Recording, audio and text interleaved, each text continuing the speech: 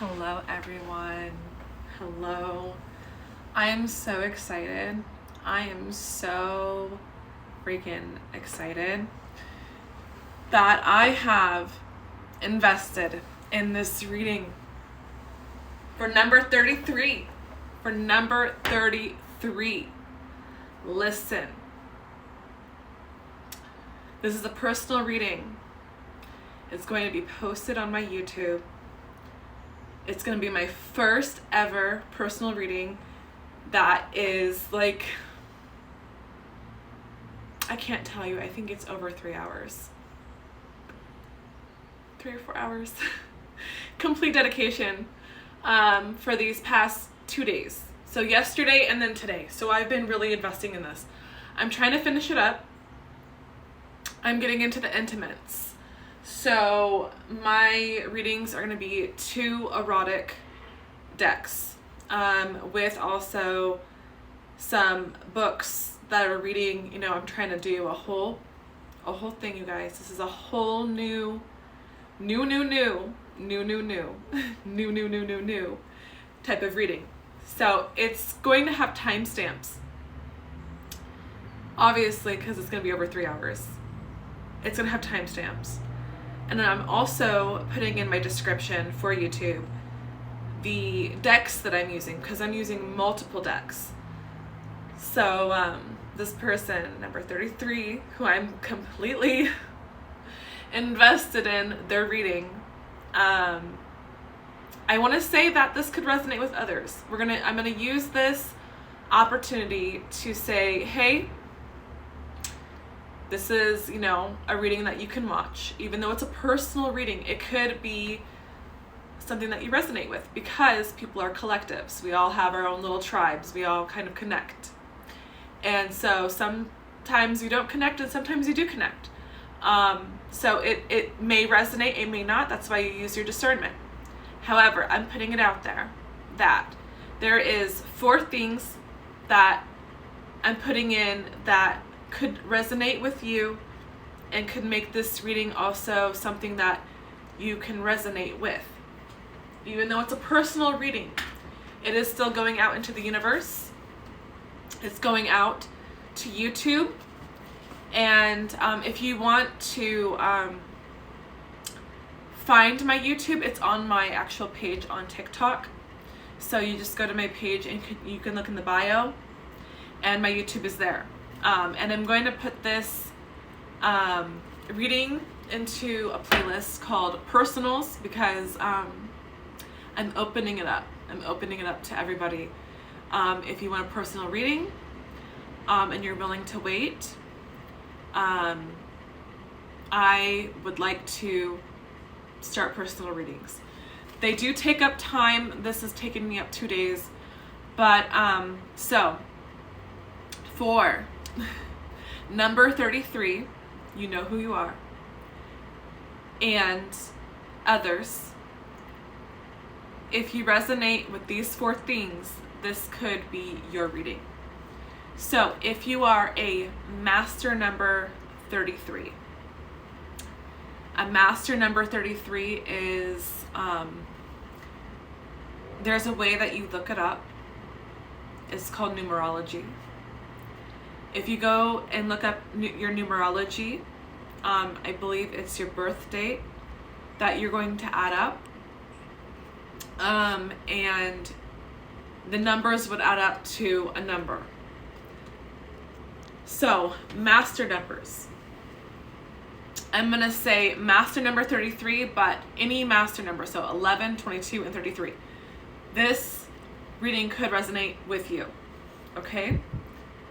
If you are the year of the goat. If you're the year of the goat.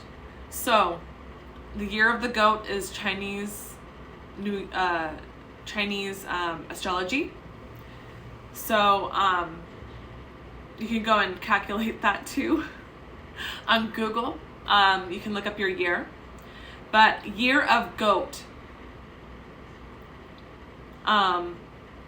Another one is if you're born in 1991.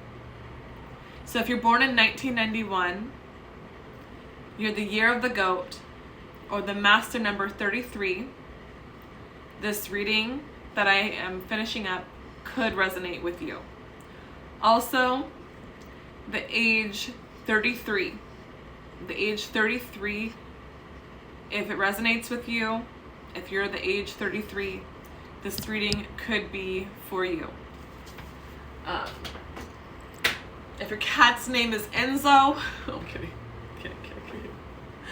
Okay, so let's do a funsies. So for number 33, or who resonates with number 33, I'm going to do right now stickers and charms. So I'm going to think of number 33, the person I'm reading for. And I'm going to ask these stickers to come out and tell me some confirmations that could resonate with this specific person, number 33, that I'm thinking about. Okay, so there's so many, okay? So, coffee drinker. Enzo, you're doing way too much. You're creating things, problems. Stop it now. So, coffee drinker. When pigs fly, maybe some I don't know. When pigs fly, like I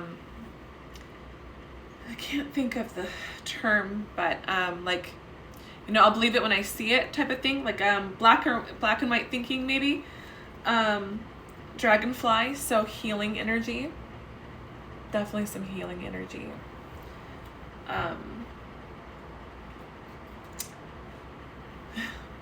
Cute sun. The love me sun. When I think of the rainbow, I obviously think of the rainbow community. Rainbow community. Oh. A night owl, or a book owl.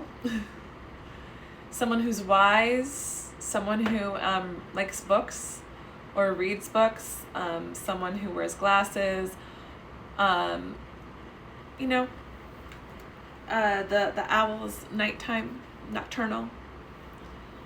Okay, elevating. The hot air balloon. I think of elevation. Music, live, acoustic. A music lover.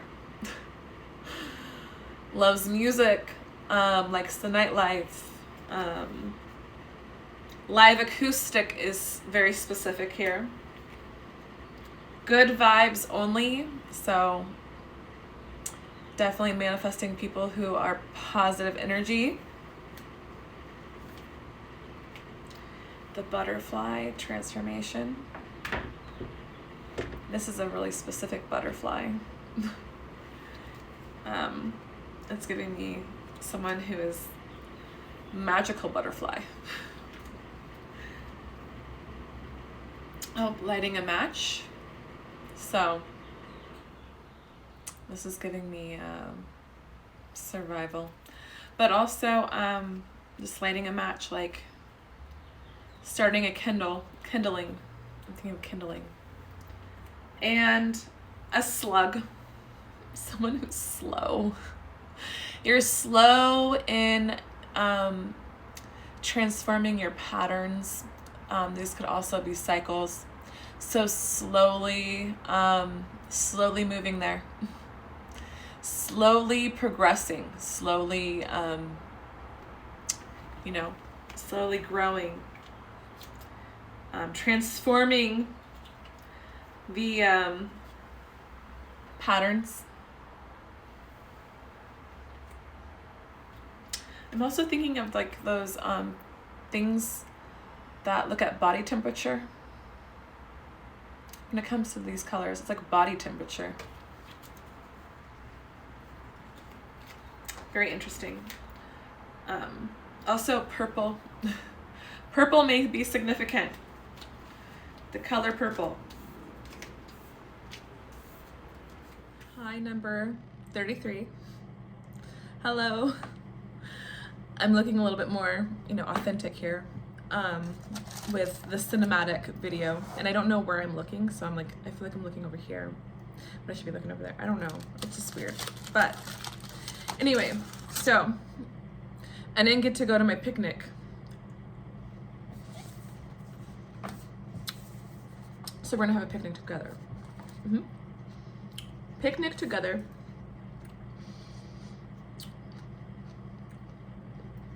So I'm gonna look at this tarot by numbers and the page 33.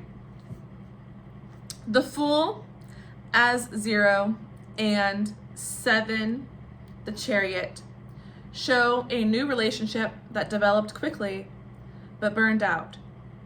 Indicated by the Tower, it looks like number 16 in Roman numerals. Is it retrievable? The next 3 cards show a step backward from 16, 12, the Hanged Man, and another retreat denoted by 9, the Hermit. This person's name is Celine. Needs time to reconsider the relationship. The Tower symbolizes drama and endings. Their love connection may have felt powerful, but could also be destructive. Judgment at card 20 sees a move forward as there is an upcoming opportunity to give the relationship a second chance. And it feels all or nothing. They either start again together or go their separate ways. So that is page number 33 out of this book, Tarot by Numbers. I was specifically looking for like a spread to do. So number 33, the spread is called Yes, Yes, No. Yes, yes, no.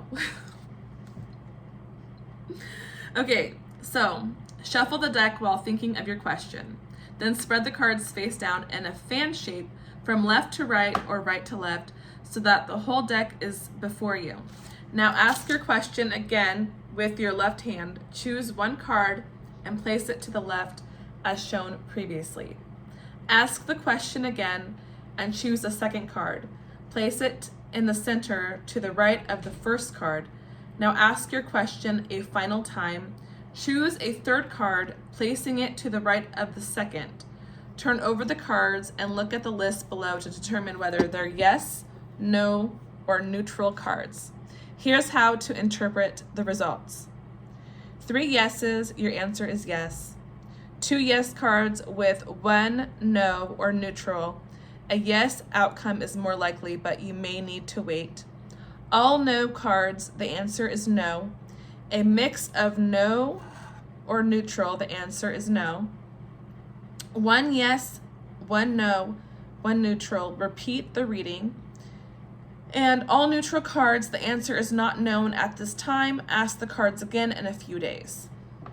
If you are reading reversals, count any reversed card as a no. If you're not using reversals, turn any reversed cards the right way up and refer to the list below to find out whether you've gotten a yes or no answer to your question. You can also create your own 3-card reading. And an example, a yes answer. Yes cards, all cards apart from those listed as no, neutral, or exceptions. No cards, swords, 3. Okay, so swords are 3, 5, 6, 7, 8, 9, 10, and knight is a no card. Cups, 5, 7, and 8. Pentacles, 5. The Death card, the Devil card, the Tower card, and the Moon card. Those are all no's. Neutral cards, swords, number 4, Cups, number 4, the Hermit and the Hanged Man. And the exceptions, 2 of Swords and 10 of Swords, the answer is not yet known. And 5 and 7 of Wands, the answer is yes, but you must fight for your prize. So, yes or no's. And I guess it's gonna be a fan spread. So, I'm gonna have to move my camera down so that you can see the spread. And then I'm gonna have you, in your mind, have 3 questions or just 1 question. I think it was like 1 question for 3 cards. 1 question for 3 cards, and we're gonna find out your yes or no's. So that's gonna be the first part of your reading. And don't be disappointed because this is just one of many readings that we're gonna do on this lovely YouTube video. And we're gonna use different cards, but for funds, we're gonna have probably the Alice deck. The Alice deck for your first reading. So I'm gonna pause. All right, I am not sure. I'm not sure if this is going to work or not. It's a very small little space. So hopefully this is working. I can't see anything on your side, so I keep looking underneath, but I can't see anything. But, okay, we're gonna ask the cards 1 question for 3 cards. And of course they wanna show everything. They pick for you, not for me. But here it is. Okay, so I was gonna fan it, but these came out. So, according to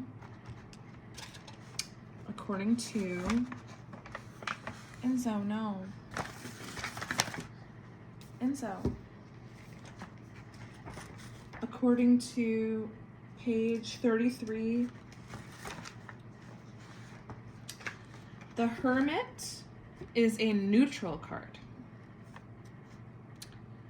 The 3 of Swords is a no. And the Devil is a no. So all 3 cards are a no. So whatever question you had asked, the answer is no.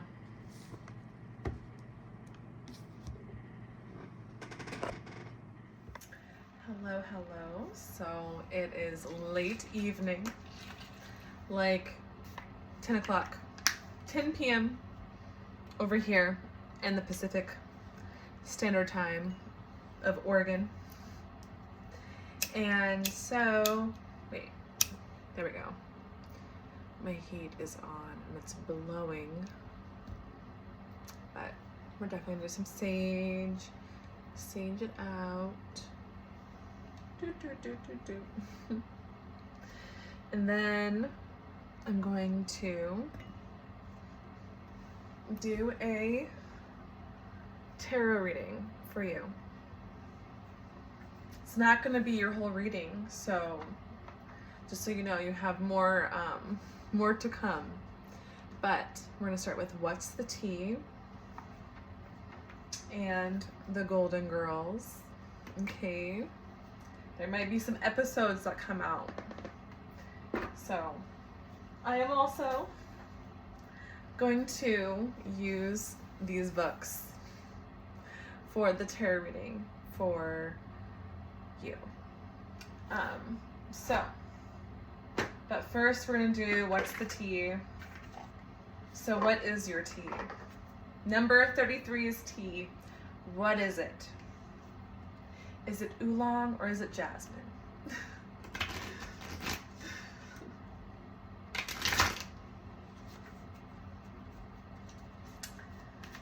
Well, today was very adventurous, but we're not going to go there. We're going to focus on your tea. So your tea is Moving on, thank you next. Can you see that card? Okay, there it is. Moving on, thank you next. All right. Interesting. There's 3 bicycles, 3 people on bikes. Oh, rejected. Rejected. But okay, so there's 3 bicycles here. 2 of them are going in that direction as one is going that direction. So it's like they're actually meeting up with someone. The little bicycles of 3. But this person didn't work out. Okay, that's so many, but I will take these 2 and then this one and go back. But so no facts, never has the facts, makes up stuff and lies, and threatening, intimidating, threatened, or bothered. So this person that you're moving on from just maybe had some ulterior motives.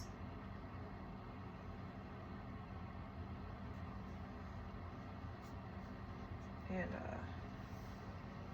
I guess they don't have anything going on.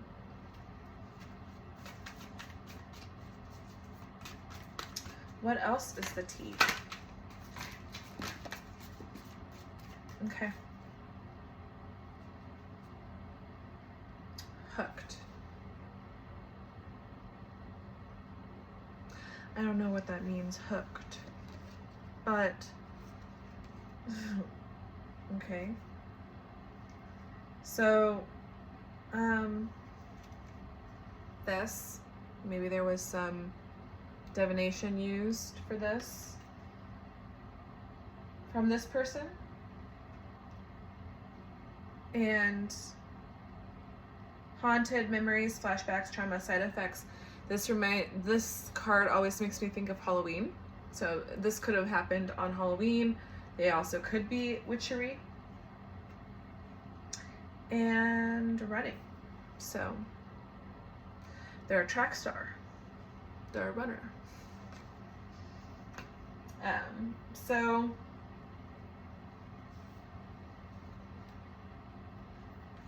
I'm curious about the runner. I want clarification on the runner. Okay. Bad reputation, girl fight, and queen rising.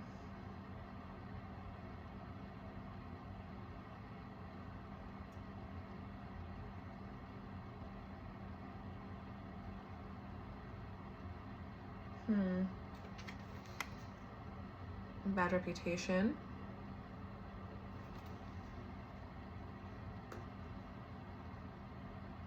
Arguments, physical fight, at war, competing. So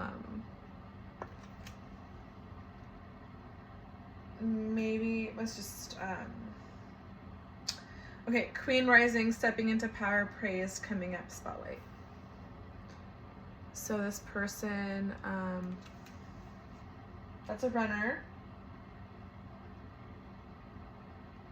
is a threat.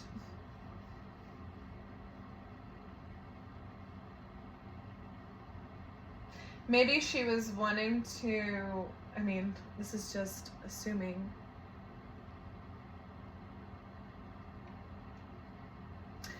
June 23rd. Okay, that's interesting. Okay, June 23rd. So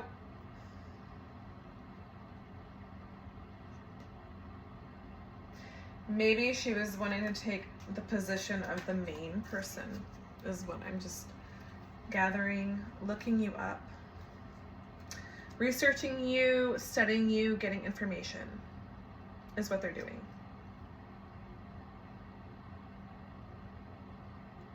It's interesting. Francesca.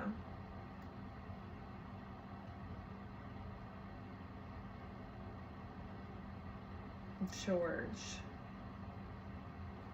Those are just like some names on this Google search.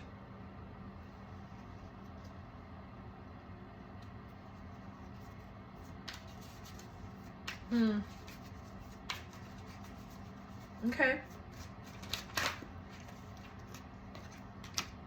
There's some kind of offer coming out.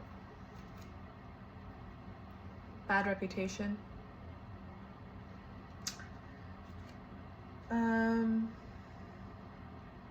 Spiritual hater hates on your spirituality, light, magic, and power.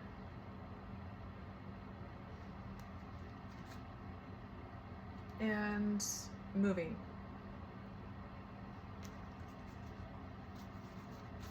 Maybe this person's moving. Or maybe you're moving.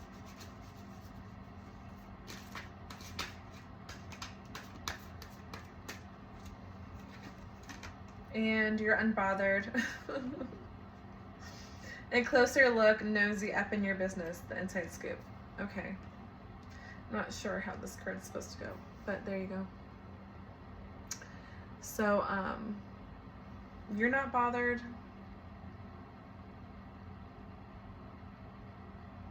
That someone's in your business.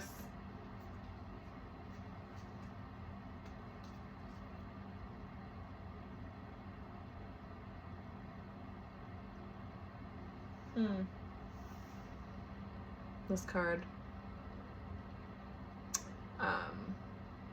That looks like gingerbread. So maybe this was around Christmas. Christmas and Halloween. The holidays. Something was going on. But, okay. So for these lovely cards, the Golden Girls, I'm excited. Because we're going to look up a new number. Number 22. We're going to look up number 22. The Hermit. Page of Wands.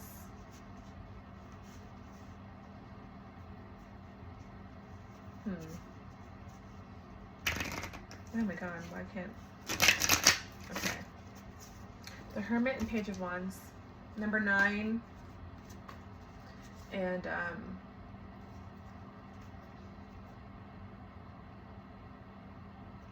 the Page of Wands is a younger person. That's a fire sign. So, Leo, Sagittarius, Aries. And then, the Hermit's Virgo. Okay, before we do that, I gotta go to page 22. Okay, it's reading time. So,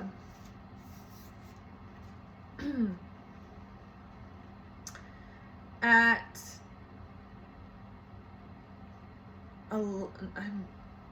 is it 11? Justice. The Fool comes up against society's opinions of them. With 12, the Hanged Man, the Fool undergoes a spiritual initiation. They sense they must sacrifice old ways of seeing, which culminates in 13, death, and the demise of the Fool's old self. They must leave behind their old values, seeking higher guidance in the form of the Temperance's Angel at card 14. With 15, the Devil. The Fool's shadow emerges, and they must know their own darkness in order to be free. This process completes with 16, the Tower, when the Fool surrenders control to higher forces. The Fool finds hope in card 17, the Star, which lights their way onward. With 18, the Moon, the Fool learns discernment and, now aware of higher realities, must make wise choices. Entering the garden of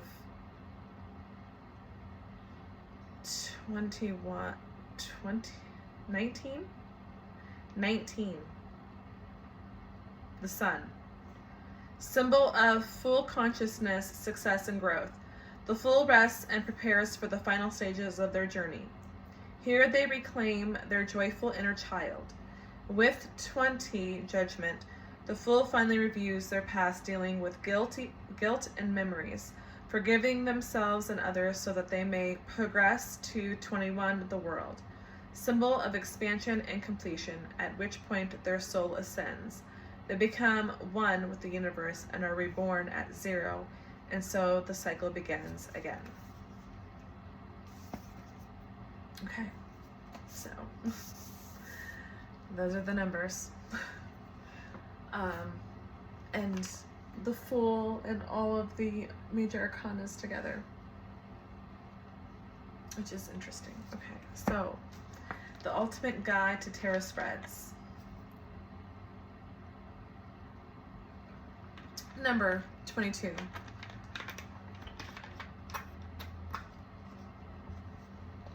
It's 22 is my birthday.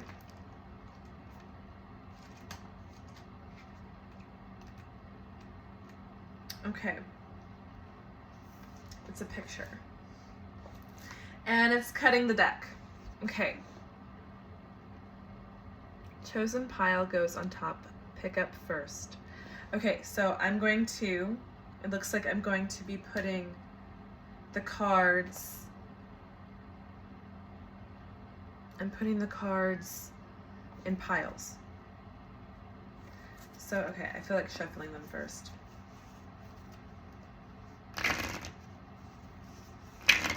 It says on page 23, as an alternative to cutting the deck, you can spread all the cards face down in a fan shape and choose cards individually, which I'm not going to do. I'm going to do this pile thing. So here's 1, 2, 3. And then 1, 2, 3.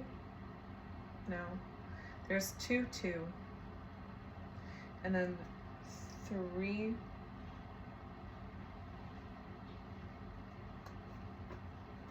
like that. Okay. Now picking them up. 1, 2, 3, and then 1, 2, 3, and then 1. Doesn't matter. 1, 2, and 3. Okay. And then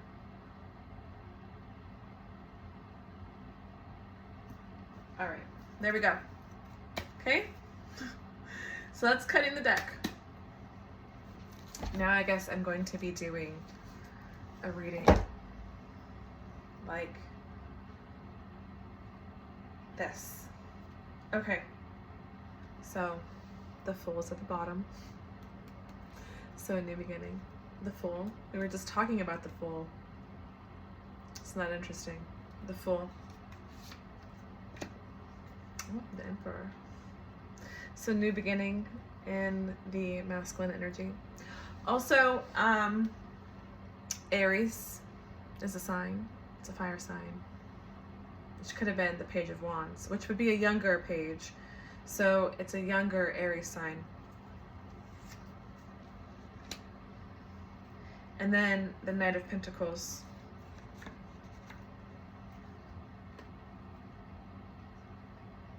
Reversed.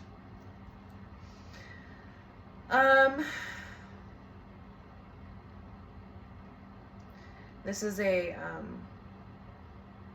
lack.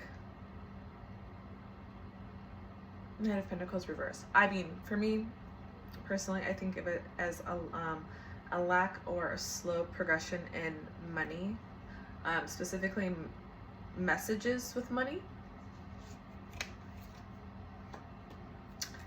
And then Ace of Pentacles.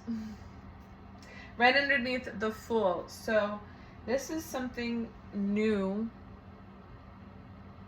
a new offer. A new offer in money. new offer a job, a new offer of commitment.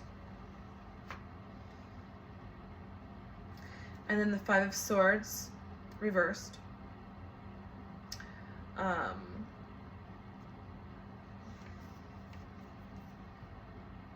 trying to remember. Has to do with the Emperor. So,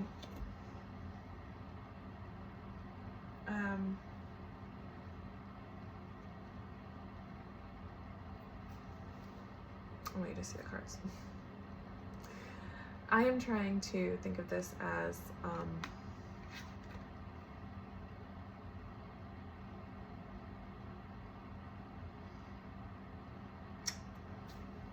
getting over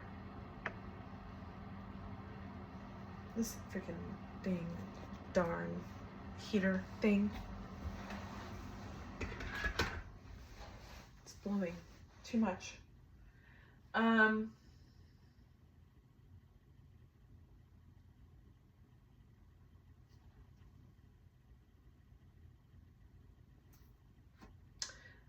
to think. The Five of Swords.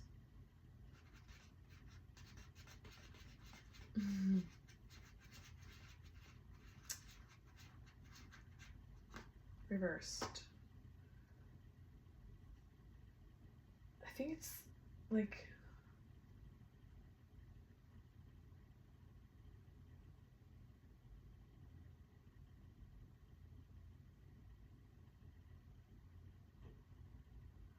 I want to say disagreements.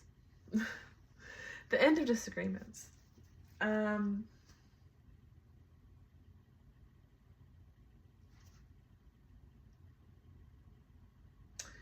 the Six of Pentacles.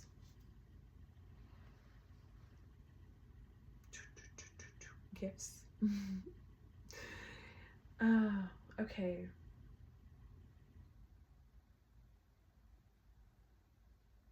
I'm going to think of it as mental gifts.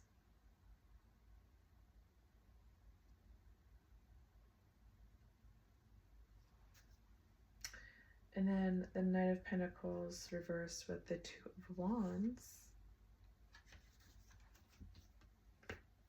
is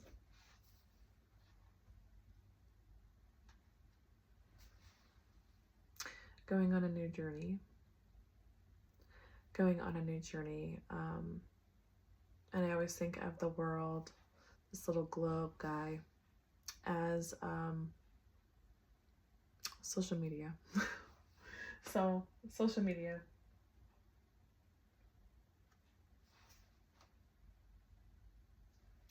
So there's a new beginning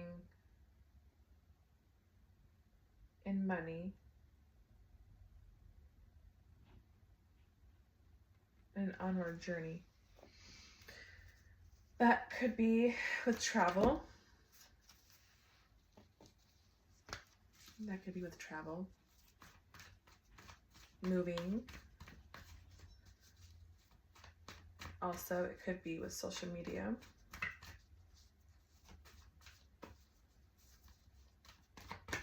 It looks slow.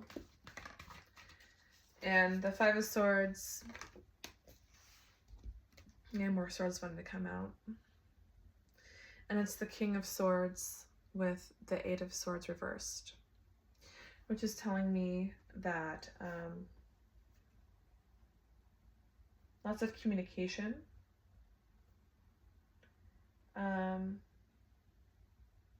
With all these swords, but mental clarity is what I'm getting. Mental clarity.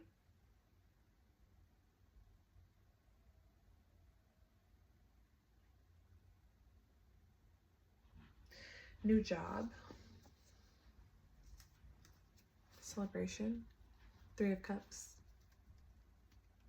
Third party.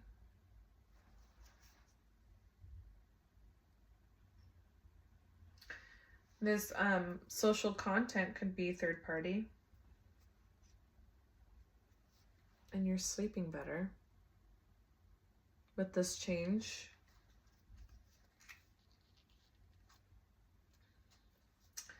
We can always clarify with the oracles.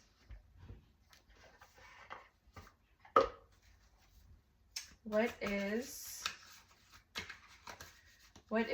the whoa, what is this new journey, this new beginning? So many cards want to come out. What is this new journey?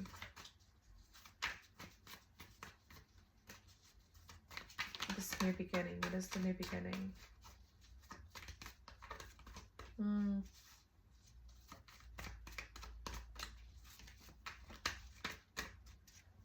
Darn it.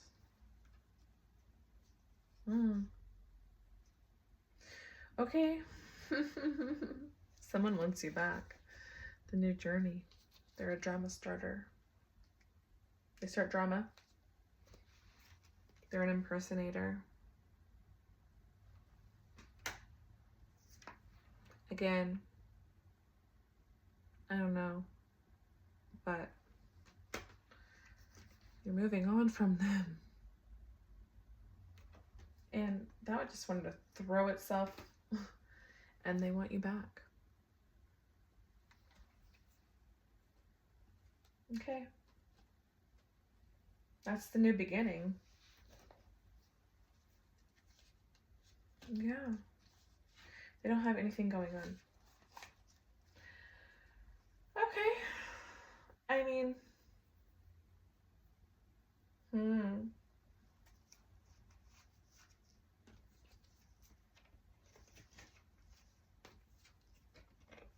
So number 33 is not just a new beginning with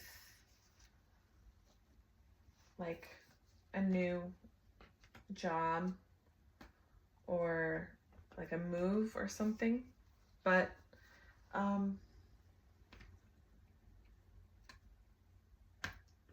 there's going to be a person that's going to be popping up that's from the past.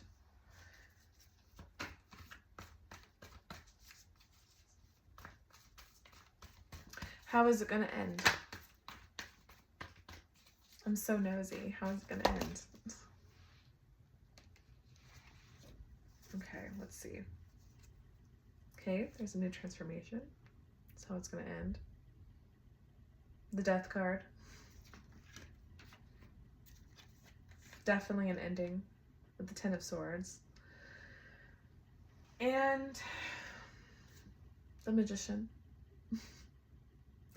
You're going to be able to manifest. You're going to be able to create with balance.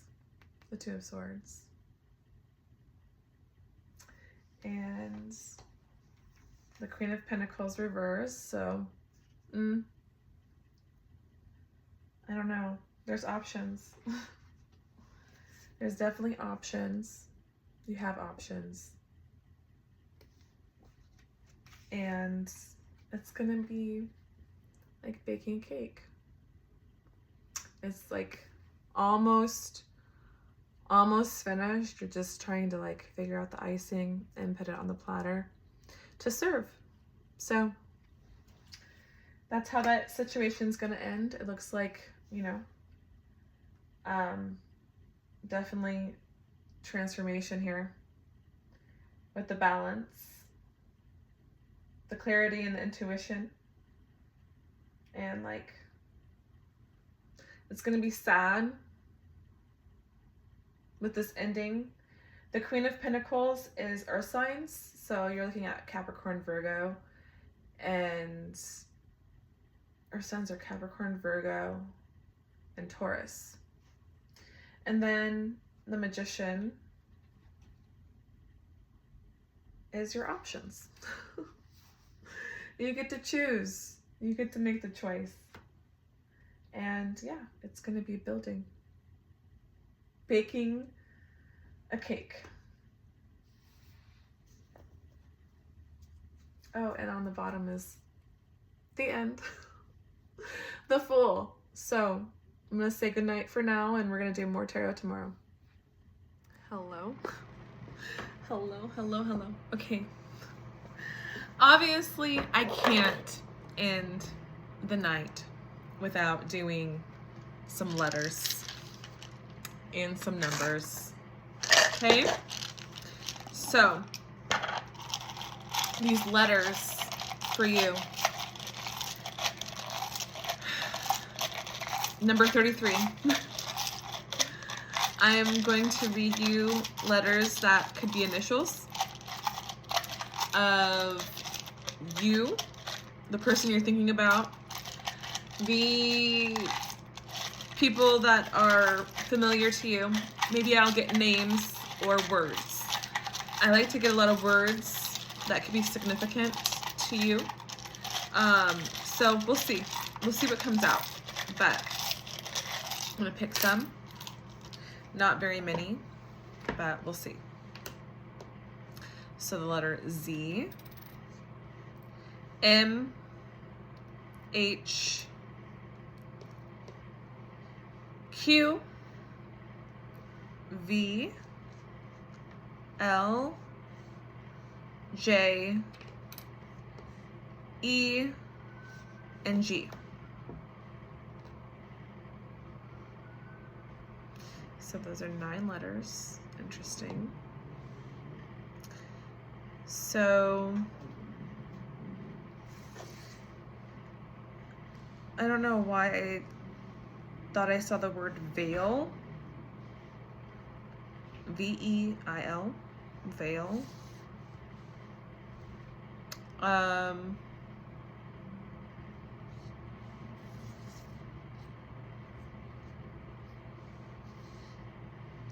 E-M.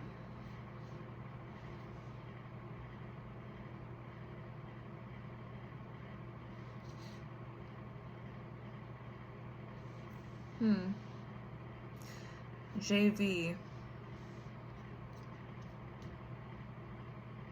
Those are some letters that are standing out.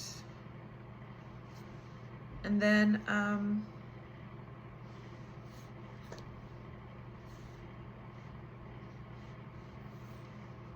I think I want to get more letters.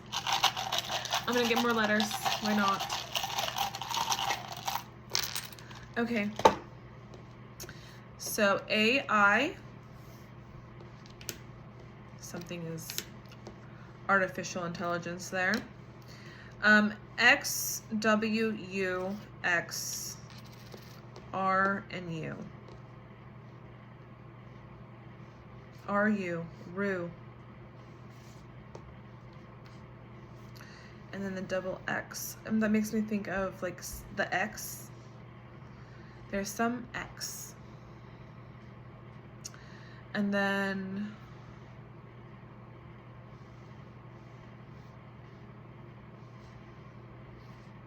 let's see here.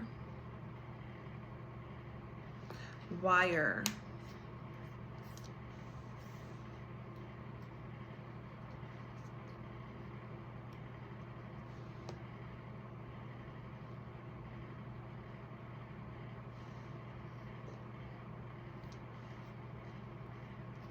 Gum. Interesting. Euro. Whiz.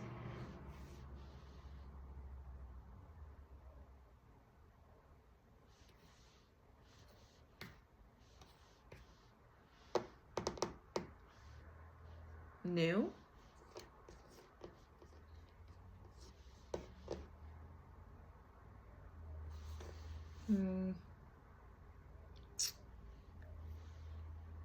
Aim.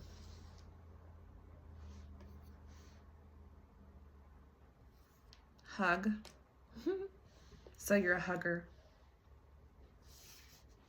There's something new that you're aiming for. I don't have all the letters, but I do see queer. And if I was to get states, I'm seeing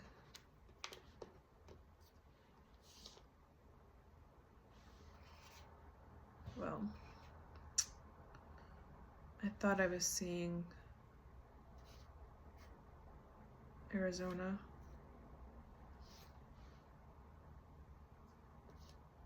Jug handle, New Jersey. Oh, hum. Are you a hummer? And then Washington.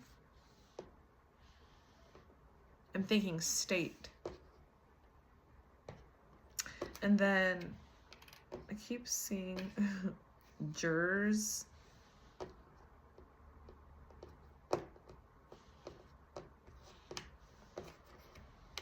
And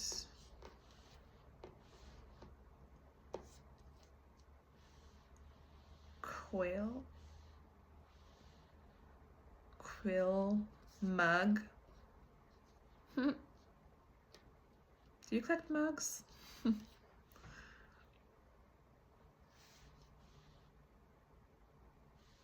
Her.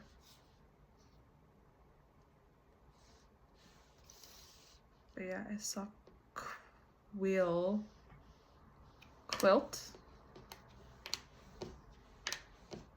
Something about a quilt.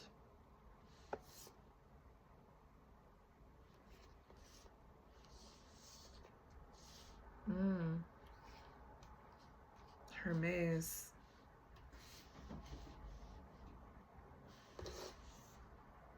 Greek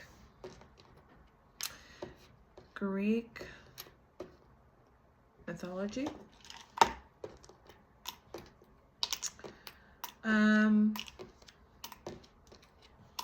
Yeah. Also maybe morning person. Okay. I did not get names, but I got words. Some states, I guess. I don't know. That's what came out. And now these will be numbers, dates. All right, so 00, which makes me think of the Fool. Number, I swear that was 7.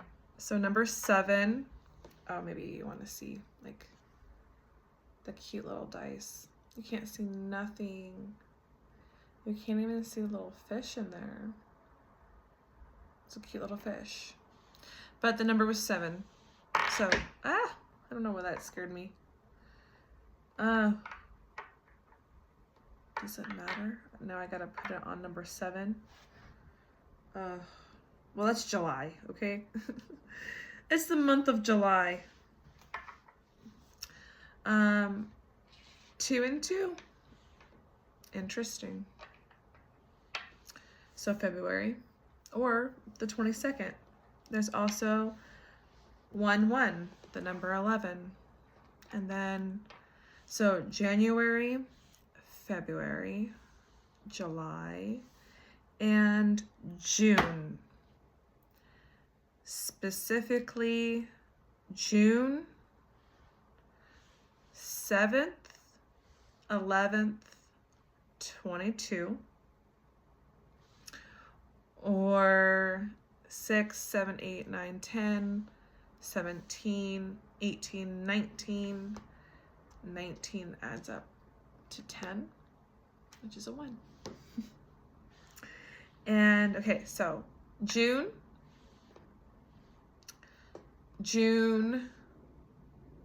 July,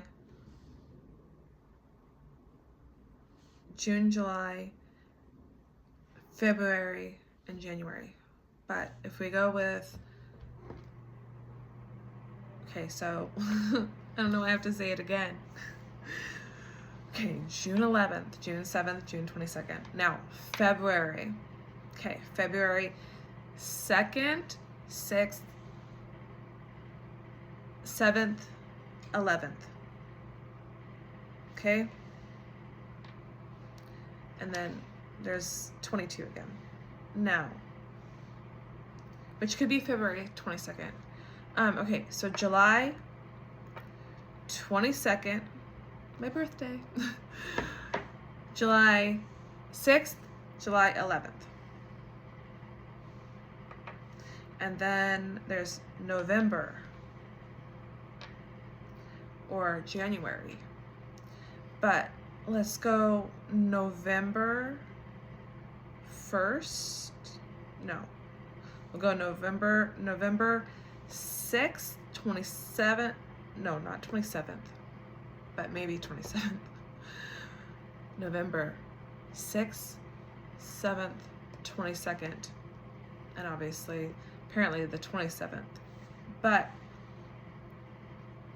if we go January, we can go January 1st, January 7th, January 22nd, and January 6th. Yeah. And then there was one more. Signs. So for July, there is Cancer and Leo. For June, there is Gemini and Cancer. And then for November, there's Scorpio and Sagittarius. So that's the dice. And then I'll save it. I'll save the stickers and the stickers and the charms last. But I just couldn't help myself. I really wanted to do the numbers and the letters because those are always one of my favorites. But for tomorrow, I already have plans. Animal spirits and the archetypes. Those will be our morning wake up, and I'm gonna do specifically with the spirit animals. I'm gonna find out your spirit animal, and then with the archetypes, that is gonna be your message, like a personal message. And then with the cards, I'm gonna do something new with the books. I'm thinking about specifically yours, which is you, 33R, 1991. So we're gonna do the page 91 out of the books. So, bye. Good morning, number 33. Good morning. I just woke up. So no makeup, no nothing. I am putting on some lip gloss. It's called Butter Gloss. Butter Gloss. Okay, so as I said, we're gonna wake up to the animal spirits. We're gonna sage the hell out of these cards. May you always be on the inner quest. So, what is your inner quest? What spirit animal are you? What is your spirit animal? Are you a lizard?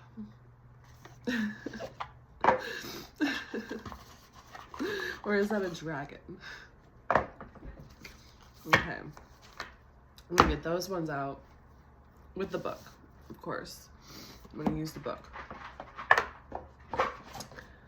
And as I'm waiting for my coffee, we are going to shuffle and sage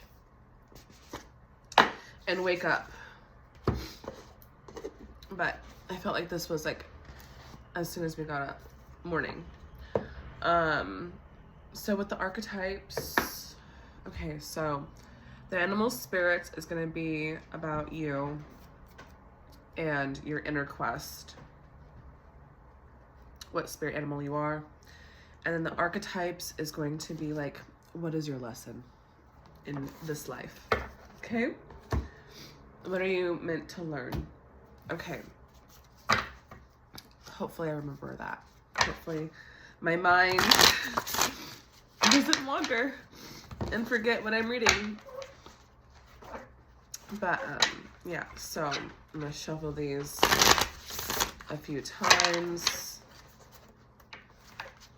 as I wake up, because I like definitely got myself like together but not together.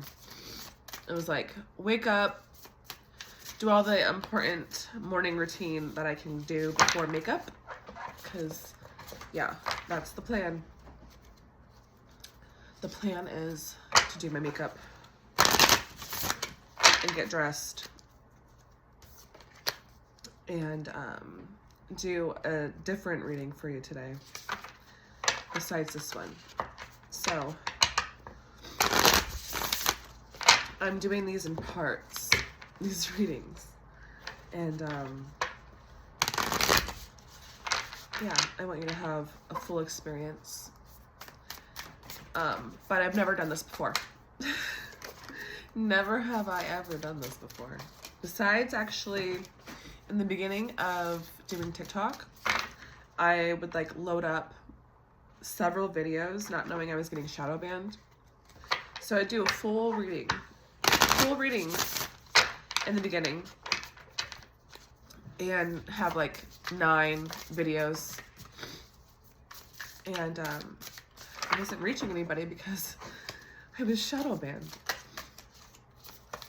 Okay, so these are good. These are good. I'll put that on there. Put a stone. You want to see it? You want to see that stone? This is rhodonite. Okay, rhodonite. This stone is for self-love. And then this one I can't do. Similar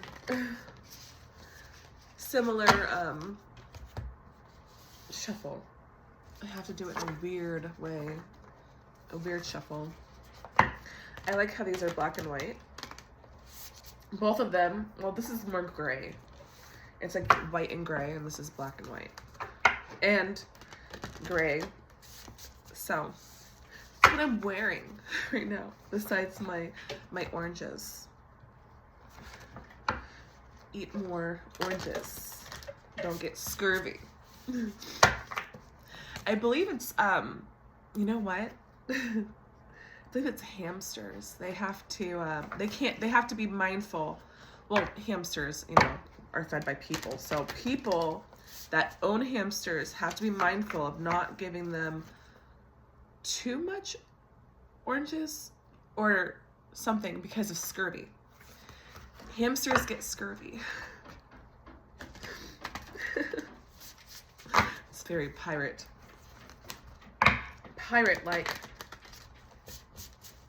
It's so funny. Okay, anyways.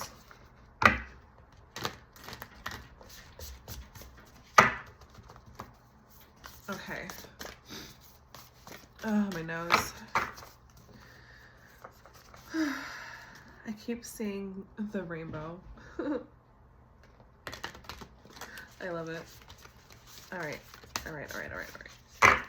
That's enough. And then I'm gonna put another stone down because I have to get more sage. It's little to nothing. So I will have to pause the video. They're already wanting to show me cards. I can't tell what that is. Feet? Interesting. Okay, those come out again. I meant for you. Oh, this one keeps showing up in a lot of readings too. The father. But, okay. Now I know. I don't know what's on the bottom. I don't want to know what's on the bottom. Okay. So, in this frame, I don't know. The frame. Okay. Can you see? No, you cannot see. You cannot see. There we go. Okay, yay. Oh my God, that's so much better. Okay. So much better. Okay. So, these two piles. Okay, your inner quest, and what you need to learn. These are the 2 piles that I'm going to do as of right now. And then, of course, look at the books next to them. I love these books. And they're both The Wild Unknown. So if you want to know,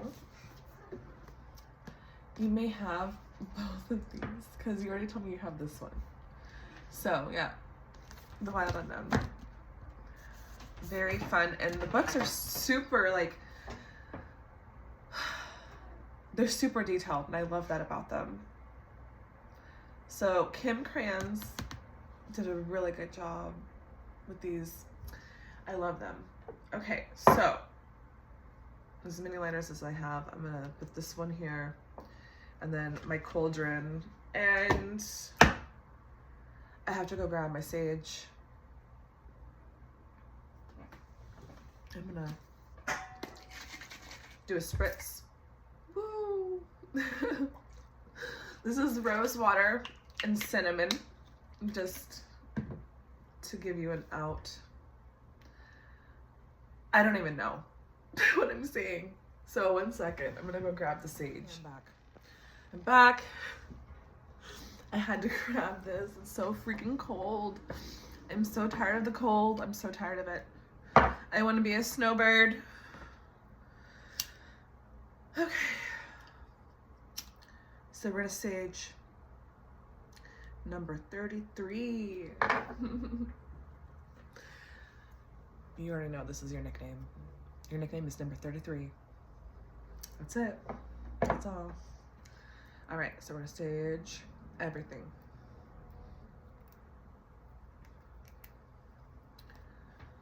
All right. So, cards. Of course, I see the bottom. The bottom is, I don't even know how to pronounce this word. Thanatos. Thanatos. It's like a spider web. Whoa. That was like weird, but yeah. Let me guess. This is that freaking rainbow card. Yep. The self. Okay. Are you caught up in a spider web? There's definitely like hands. This one looks like a monster hand though. I don't know. It's 3 hands though. 3 hands. I'm beginning to think this number 3, well, 33, I guess. 33 adds up to a 6, you know. That's the lovers.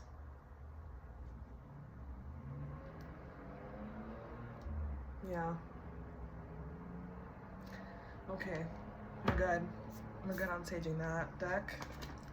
And then this one is an octopus. You know, I counted these and there's 7 of them. Like the 7 of Cups options. Listen. This 3 and the 7 options and third party.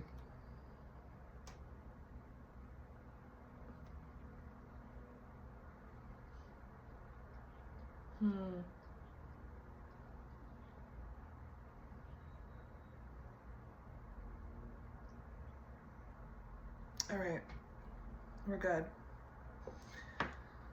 So I'll let that burn. We're gonna put this one to the side. Wait, I need that book. Okay. So the animal spirits. What is your inner quest?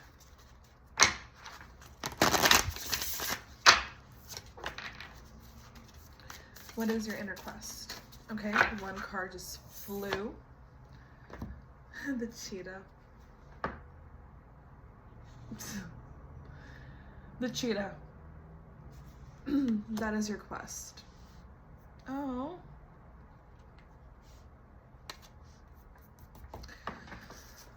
I guess I use those. I use these cards a lot. All right, the cheetah.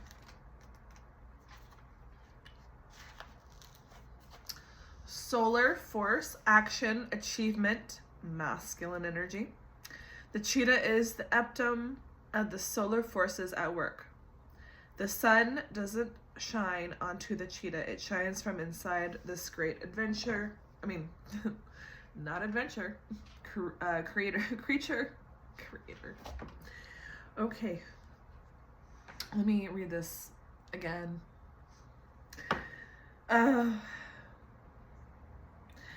The sun doesn't shine onto the cheetah. It shines from inside this great creature and expands outward to brighten the universe. The energy within a cheetah personality is palpable to others, and they naturally attract an audience to bear witness to their remarkable achievements. Purpose and passion are the best fuel for a cheetah's forward momentum. So if you're lacking in those areas, reconnect to the why before you start running. When in balance, achieves anything, boundless energy. When out of balance, impatient, competitive. To bring into balance is to reconnect to purpose. So what is your purpose as the cheetah? Obviously, it looks like you're meant to be in the sun. You're meant to be in the sun, the spotlight. But let's just see. So, what are you running from, or what are you running to? Let's see. Oh.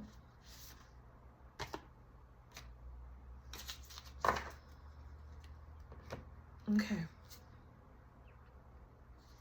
The gazelle. It's very beautiful. Well, if it's running to. I think it's running to the gazelle.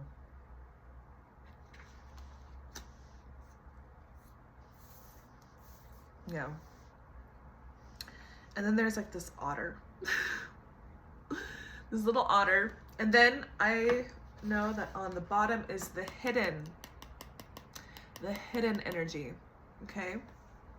Which is the raccoon. Okay, wearing a mask is what I see as this. This is wearing a mask. All right, so the gazelle. Wait, that's the wrong book. That's the wrong book. Okay, so the gazelle.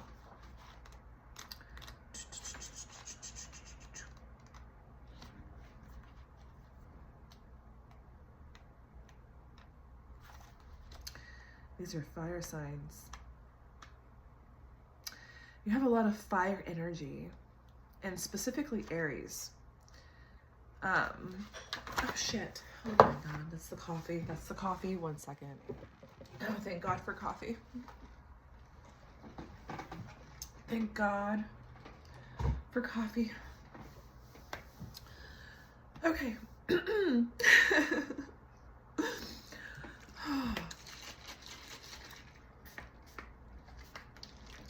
Okay. Listen. We're looking for the gazelle. The cheetah is running towards the gazelle. Find it. Where is it? Oh, there it is. Okay. It's right before the cheetah, okay? Number 134, 135, 136, 137, the cheetah and the gazelle. So we know the cheetah is the masculine energy. We know that the cheetah is the sun. The cheetah is also a fire sign. So is the gazelle. So achieves anything in boundless energy. This is your inner quest. All right, so the gazelle, heightened awareness and ability, vulnerable. The gazelle represents supreme grace. With every move, this awe-inspiring beauty emits sophistication and elegance. Gazelle personalities are often hyper-aware of their surroundings, bordering on hyper-vigilant. And this can inhibit them from enjoying the beauty they've spent so much effort cultivating. No more worrying about all those predators out there in the wild. When this card appears, it's time to get back to the present moment. Sit down, find your breath, and acknowledge the bounty that surrounds you. Let it nourish your gentle soul. Spirit. Your gentle spirit. When in balance, graceful, perspective, artistic. When out of balance, food allergies, insomnia, racing mind. To bring into balance, yin yoga, a cozy home, and good food.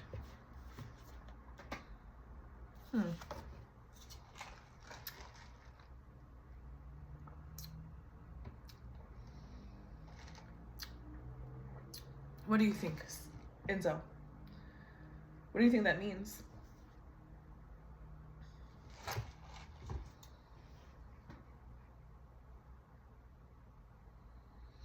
So you're running towards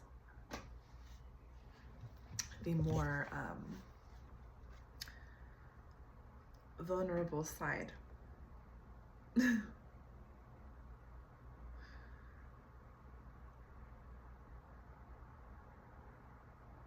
You're running towards your artistic abilities. You have talent for something.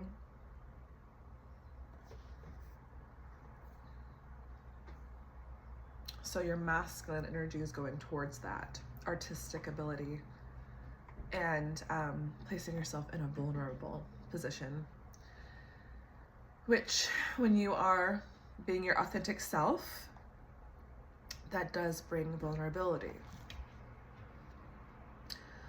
The otter. That's a water sign.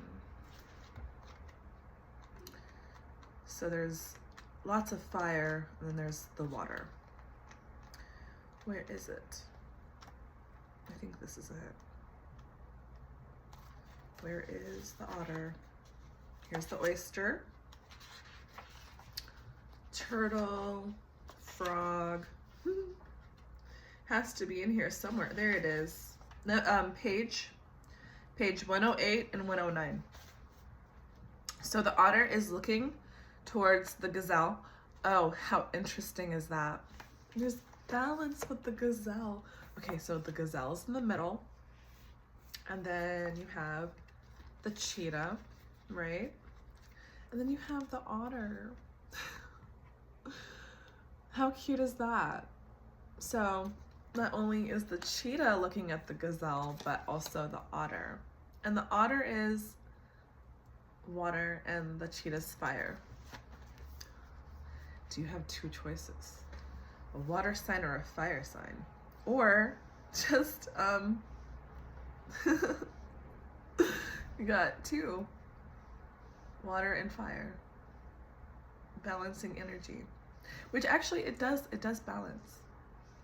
Now that I need you to see these cards, excuse me.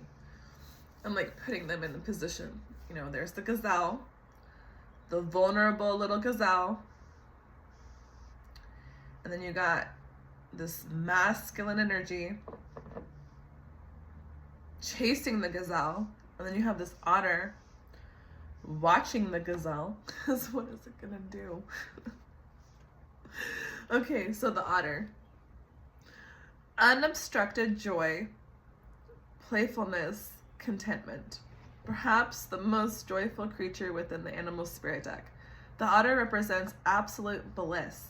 Otter energy is the playfulness of a child, available to us at any age. They have a giddiness and reverence for life itself without the presence of doubt, worry, or skepticism. Imagine yourself with a little more otter energy. What would life look like? What would it take to bring you there? The otter card begs these questions and wants to transport us to that precious place as soon as possible. The celebration awaits. Cute. Cute.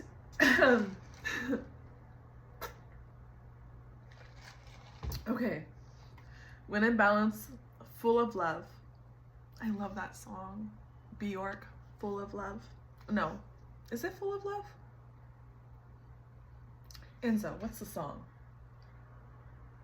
All is full of love. Yeah. All is full of love, Bjork. Needs nothing. So when in balance, full of love, needs nothing. When out of balance, gloomy, sighs, makes silly excuses. To bring into balance, dance party or celebration. Do you need to go out to dance? Do you need a celebration? Do you need a dance? Do you need a celebration to dance for? What do you need? So I think, wow. Okay, so I just want to go back to the cheetah just for a second. Okay, so you have all of this energy with the cheetah, yeah. And then your solar force, which is giving me solar plexus. So yeah, your artistic abilities would bring you this happiness to celebrate. You'd have something to celebrate for, and you just have to get into your vulnerability. Yeah.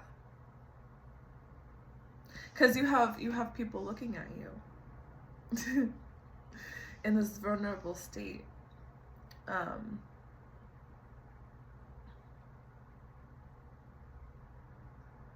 So yeah, that's your inner quest.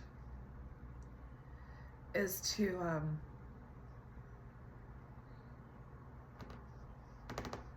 your inner quest is to work on your vulnerability, for you to not only do the artistic things you want to do.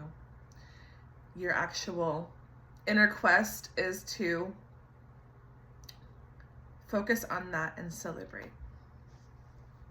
Yeah. How cute is that? And this little hidden energy of your mask.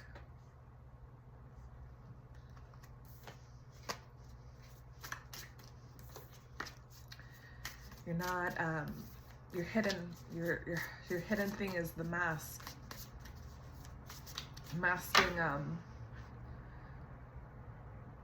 yourself.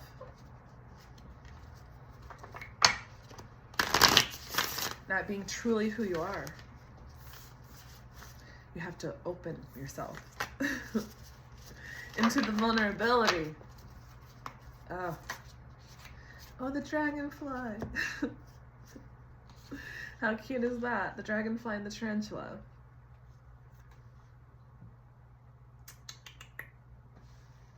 Cute. What do you think, Enzo? The dragonfly. Oh, the horse. Freedom. Freedom.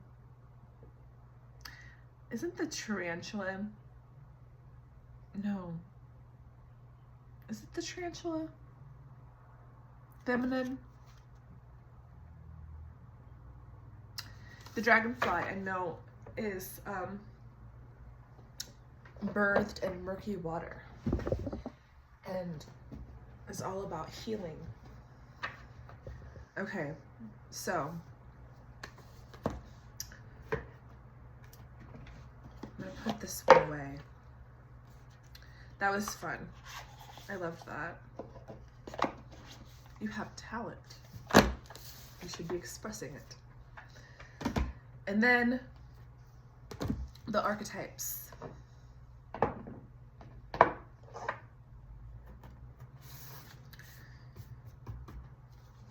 So the archetypes, what was I gonna do? What is your lesson in this life?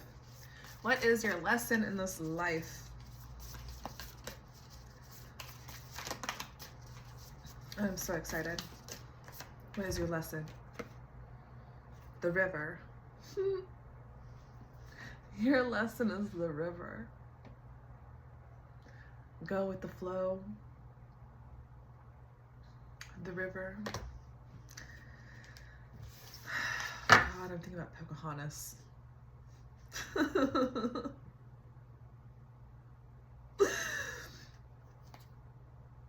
Oh, Eros.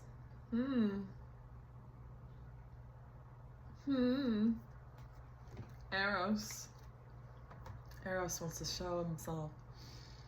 Cupid.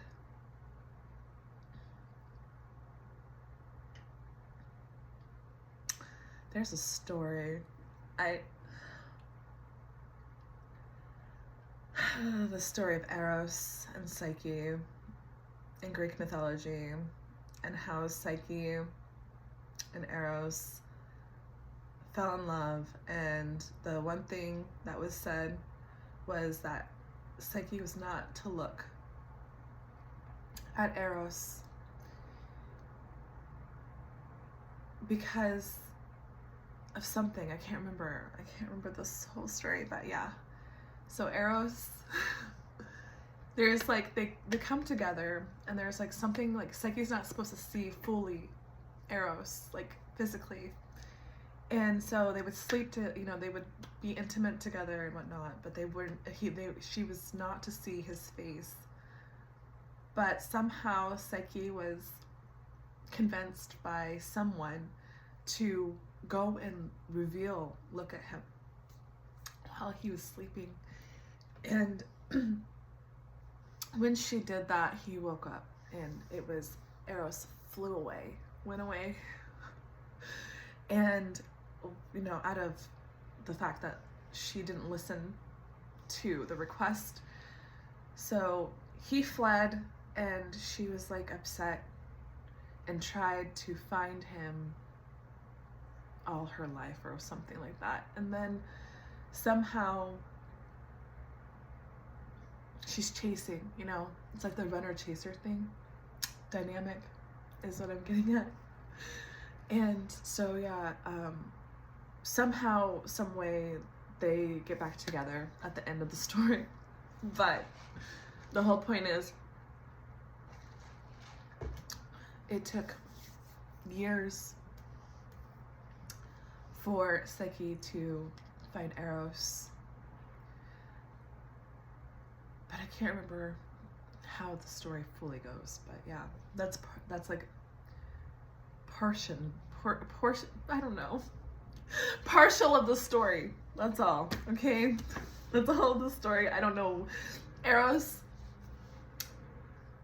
I have erotic cards. I do. We're gonna do those, but we're not doing them right now. But yeah, okay, so the river. And if you see the river, there's the horse. The horse is in that. Okay, so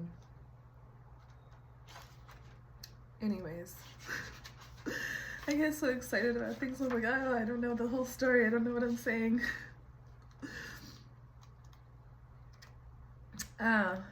Okay, so the bridge, interesting. Okay, we're trying to find the river. The river. Okay, so here it is. Page 130 and 131. The stream, the flow, the current.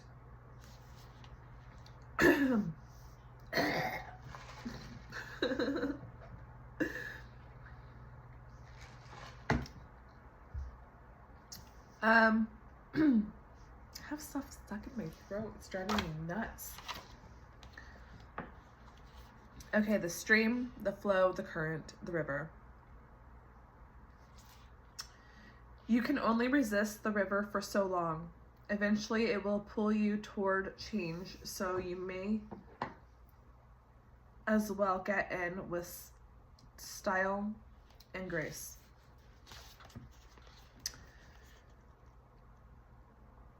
The river is emotion when you are in its current. You will know it by the bursting forth of tears, laughter, song, despair. All the emotions flow in its current. There is a reason so many rituals of change and rebirth take place in the river. It is forgiveness embodied in physical form without asking anything in return. The river washes away what is no longer necessary, smoothing over sharp edges and accepting all our mistakes and grievances. Once we step in, we are no longer in control. The river carries us farther down the stream of transformation than we plan to go. Its waters have a special gift for reflecting back to us a new and dreamlike vision. Once the tears have passed, we see ourselves as we haven't before, with a little more lightness, grace, and fluidity. Keep in mind the you that stands within. The river is the real you, full of deep emotion and potential. Nothing to hide, nothing to judge. May you drink in the sight of your true self. When in light, acceptance, grace, reflection, forgiveness. When in dark, torment of emotions, flooding, overwhelm. Go deeper. I guess this is something. I don't know. So, Barry Lopez's River Notes. Ronnie Horn's Stillwater. I also find it to be interesting that they have the symbol of Cancer. So this could be Cancer energy, the river. Cancer energy. Interesting. So, your life lesson is to have grace, to embody Cancer energy. So, the feminine is water as well.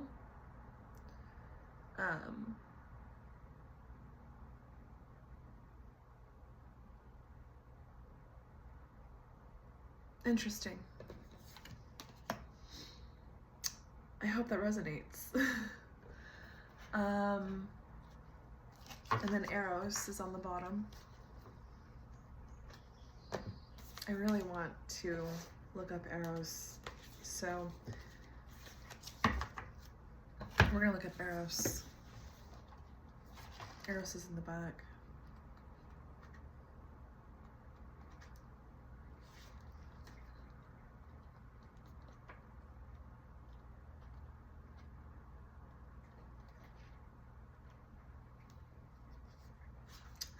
L. Okay, so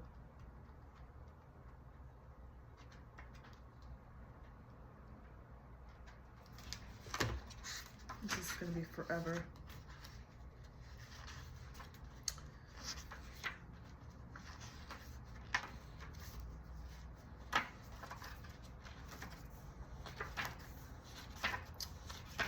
Okay. Where are you? What page are you? I don't have patience. No patience. None. Oh. The initiations. Page 208, 209. Stop it, my throat.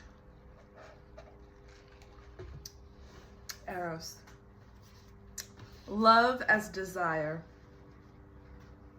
Eroticism. Sensuality. Plato reminds us that Eros can be experienced as platonic love. It is activated when we witness beauty and truth in the world, when our barriers soften. The Hindu goddess Lalita, she who plays, can help activate Eros energy. She is also known as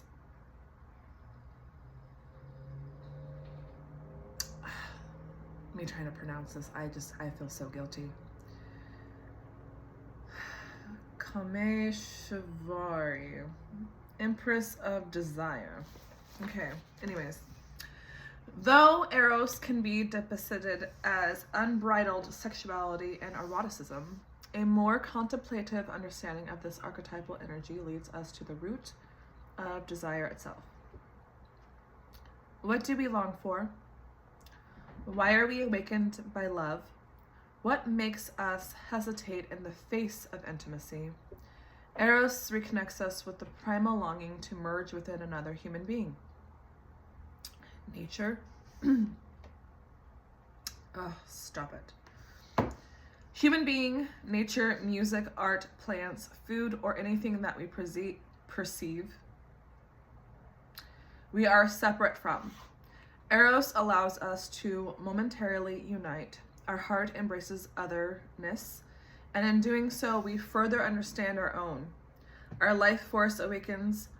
This card reveals an unvetable initiation into love's labyrinth. You may find yourself swirling in a new territory of desire and sensuality.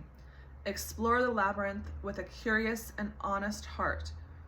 And remember that the way is circuitous. You are always being led toward its center. When in light, passion, playfulness, sexual health. When in dark, madness, projection, and obsession. And to go deeper, there's the Love Sonnet 11 by Pablo Neruda, and Basket of Figs by Ellen Bass. Okay. So,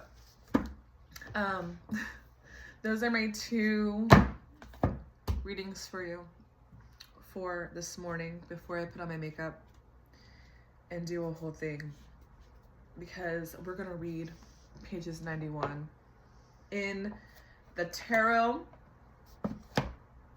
by Numbers and the Ultimate Spread. So yeah, get ready, get set, and we're gonna have fun. We're gonna have fun because we're gonna get everything. You're gonna have a whole reading to watch that is going to cover all of it, from intimacy to your inner self, as well as guidance, and possibly it'll just be this general reading where we're going to just pick categories. We have so many categories to choose from, so I'm excited, and yeah, I'll be in a whole different outfit. Welcome in, number 33. Welcome in. I am setting up.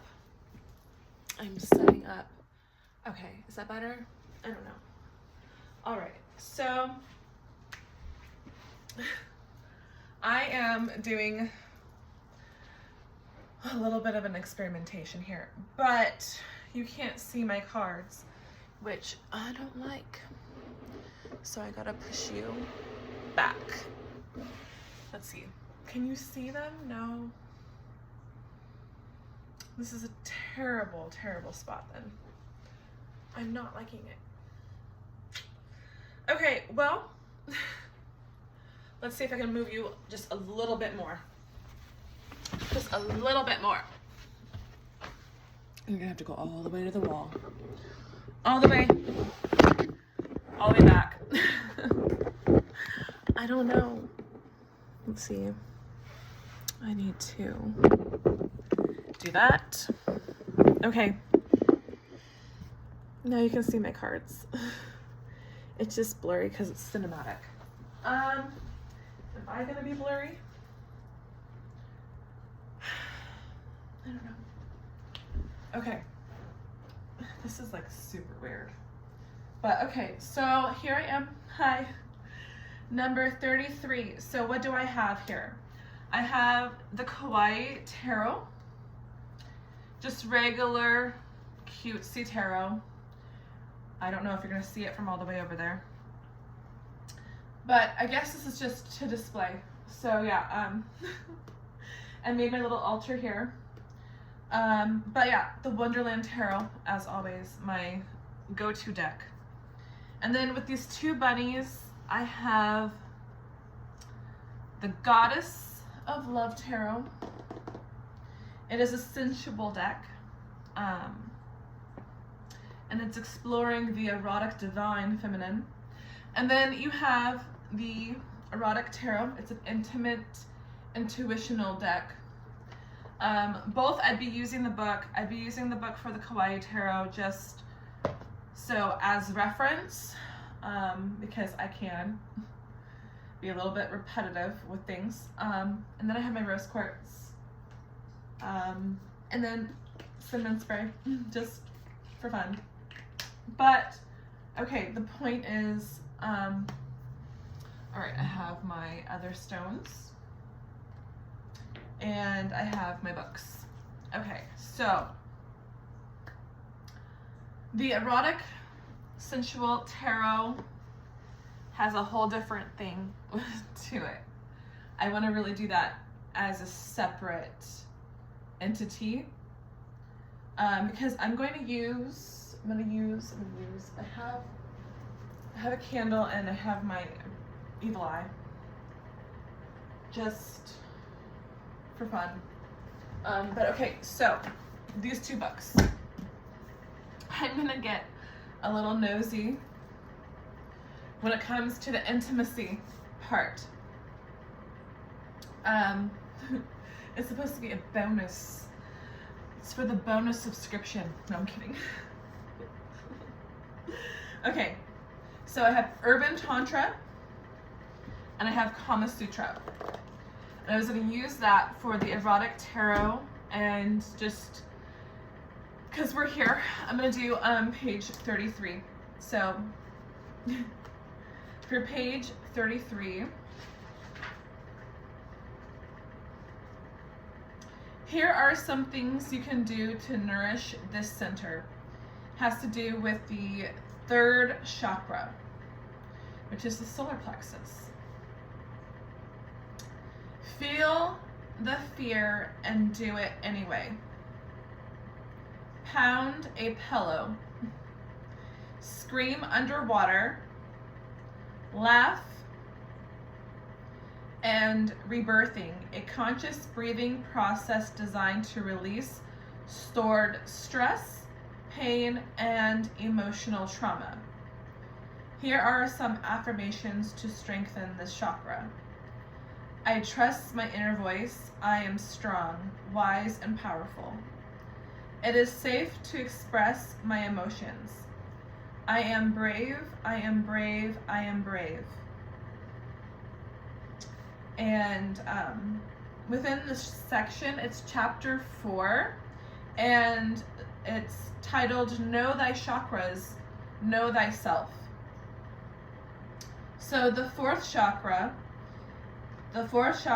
or Anahata is located at the center of the chest above the breast. It is also known as the heart chakra. It's the color green.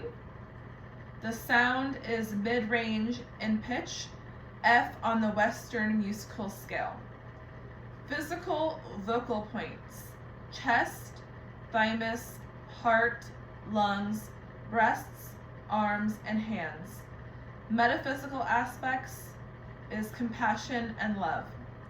This is the chakra of the heart, of forgiveness, and of compassion. It's associated with following your heart, creating your heart's desire, and coming from the heart. The fourth chakra sits right in the middle of the chakras. There are 3 above it and 3 below it.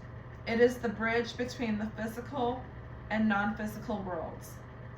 In this chakra, we move beyond ourselves, beyond even our tribe.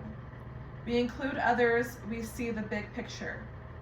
When this chakra is in balance, we care both about and for other people, but we do not sacrifice our own health and well-being to take care of others. We feel loving and connected to others, not used by them. We may feel hurt, abandoned, or betrayed, but we are able to find acceptance and forgiveness. Sexually, we feel balanced. We give and receive with equal ease. The emotional challenges of the heart chakra are resentment, guilt, and grief. We spend our lives learning to love. Some of the lessons are more challenging than others. So that is the Urban Tantra. That was page 33. And then the Kama Sutra, page 33.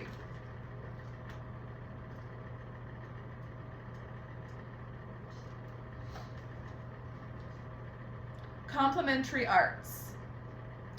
The arts to be studied as complementary to the Kama Shastra are singing, playing musical instruments, and dancing, writing, sketching, and painting, cutting leaves into patterns for adorning the forehead, arranging floral decorations on the floor, around the doorframe, and for rituals, adornment of the household deity with rice, colored powders, and blossoms, coloring and painting the nails, palms, and other parts of the body with herbal extracts, staining the teeth, hair, and feet, sewing, stitching, mending, dyeing garments, knitting and weaving, camouflaging clothing defects by wearing them ingeniously, stringing necklaces and garlands of flowers in the hair braided in a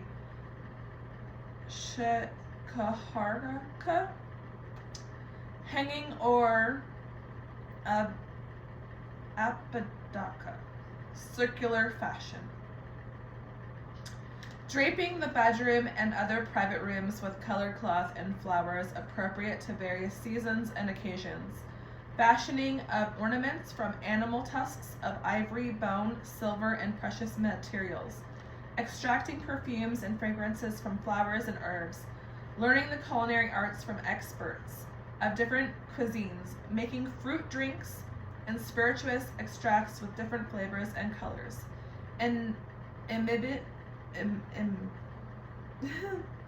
imbibing rules of etiquette from older people and organizing party games with figures of temples, birds, animals, and symbols.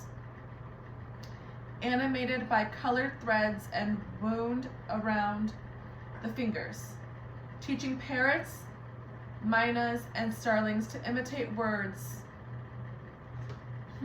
Cute. Radha and Krishna exchange love notes. Citizens should indulge in arranging parties and festivities appropriate to the days of spring and celebrate in honor of the god of love. They should sprinkle perfumed water and throw flowers on each other. Well, I have rose petals and I have perfume. So we're gonna do that right now. I'm just gonna go grab it.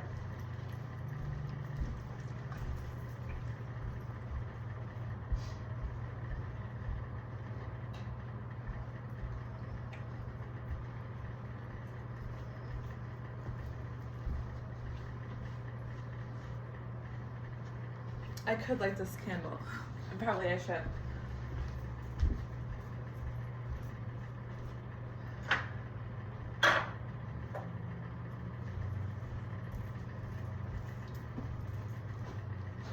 Okay, are you ready?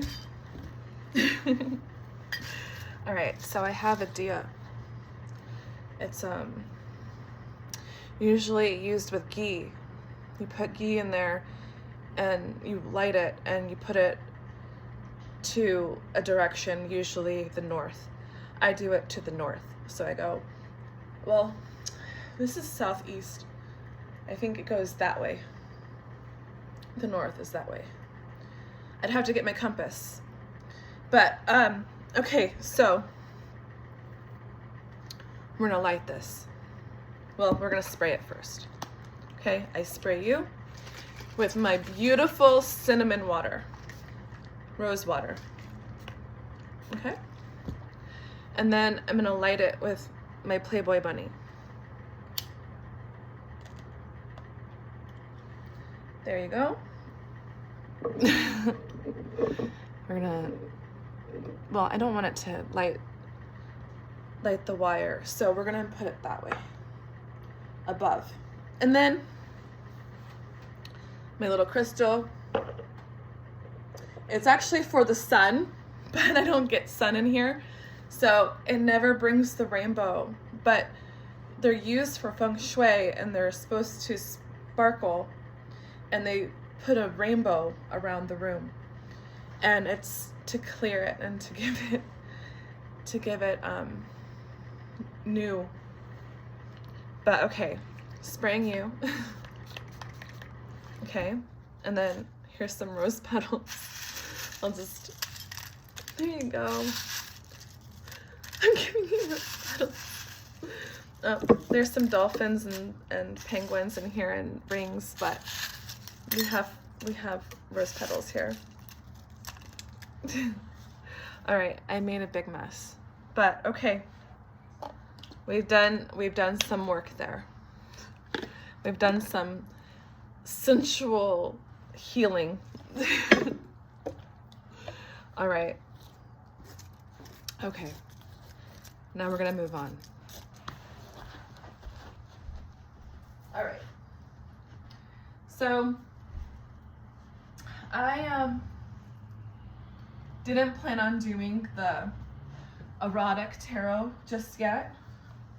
I really wanted to go to this page, which was I was gonna do the page 22. All right, we're gonna read 22.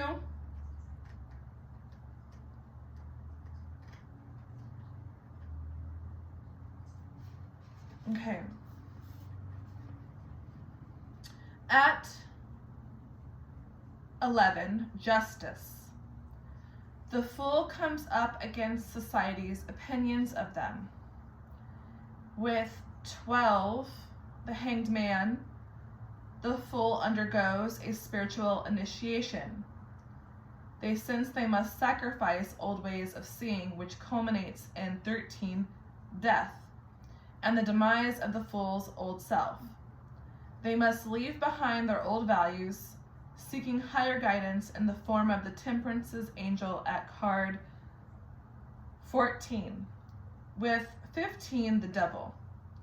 The fool's shadows emerge, and they must know their own darkness in order to be free. The process completes with 16, the tower, when the fool surrenders control to higher forces. The fool finds hope in card 17, the star, which lights their way onward. With 18, the moon, the fool, I feel like we've read this. We read this yesterday, and I'm reading it again.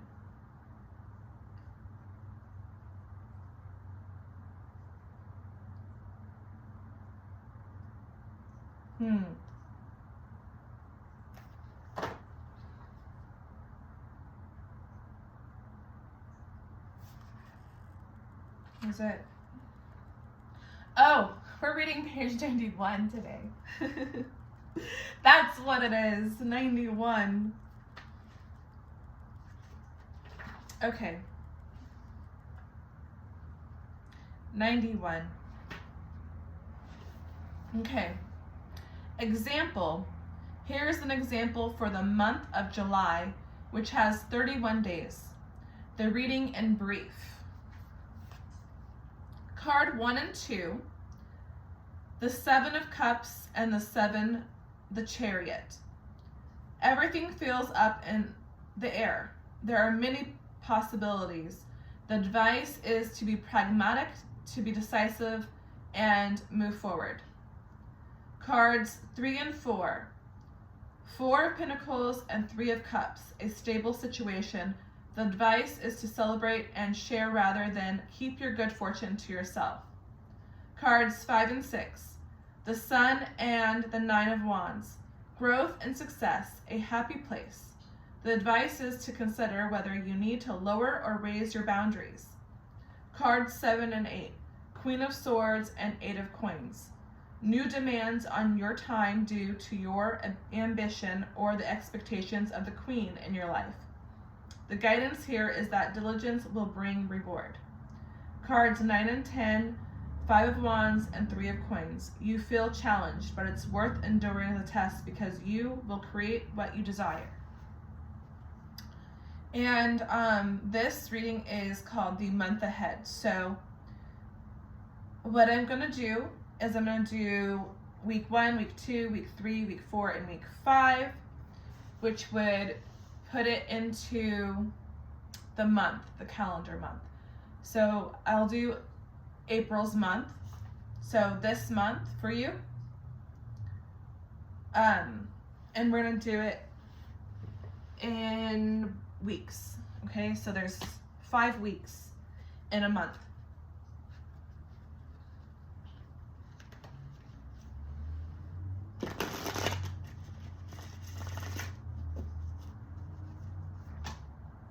Okay.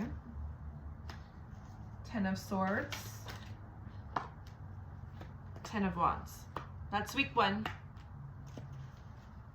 So there's endings. There's endings in the actions of communication. 10 of Swords and 10 of Wands. Week 2 is, I don't want to do reverses right now. Okay, beautiful. So week 2 is 2 of Cups and 6 of Wands, which is giving coming home to love. There's a victory in love. You're working together. Okay, week 3, King of Wands and 6 of Coins. So it looks like very much generosity giving from a fire sign, Aries, Sagittarius, Leo.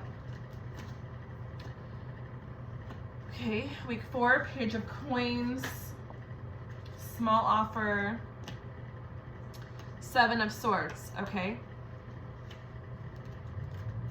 So week 4 is going to be a small offer of something that doesn't sound like it's betrayal, it's lies, deceit. 7 of Swords is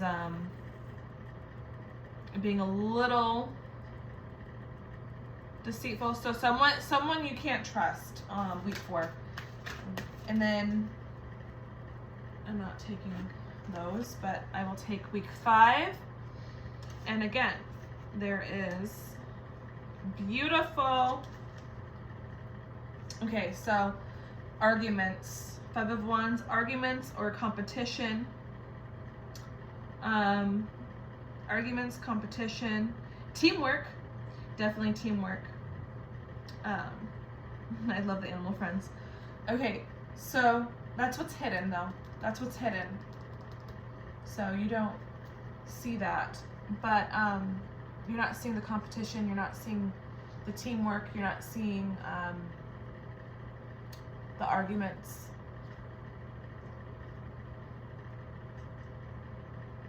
Yeah. Okay, so I'm going to show you the cards and I'm going to read the book. So I'm going to just come up close. We're going to get close. All right, so the first week you have is 10 of Swords, 10 of Wands. I see that as burden. You're having like not the funnest time this week.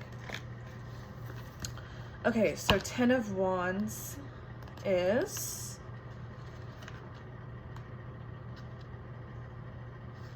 you might have been taking on too much.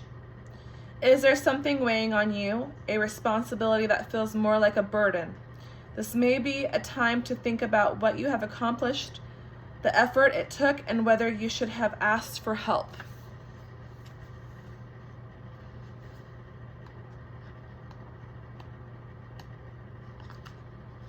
And 10 of Swords.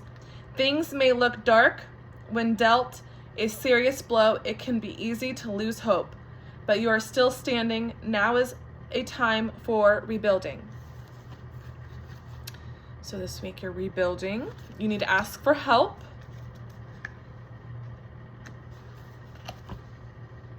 Okay. Week 2. The 2 of Cups and the 6 of Wands.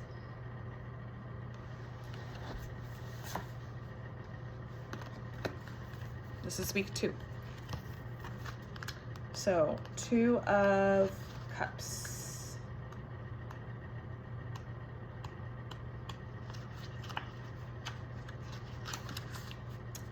Two can be stronger than one. Harmony and partnership trumps disunity. A romance could be waiting, or a new friendship. They might be coming to you, or you could have to go looking. Keep your eyes and heart open. So this is week 2 of April. And then 6 of Wands. Things are not perfect, but you have been able to marshal your skills and meet your goal. This could be a time to bask in your success. So while you're looking for help and rebuilding, you are also going to have next week time of looking for something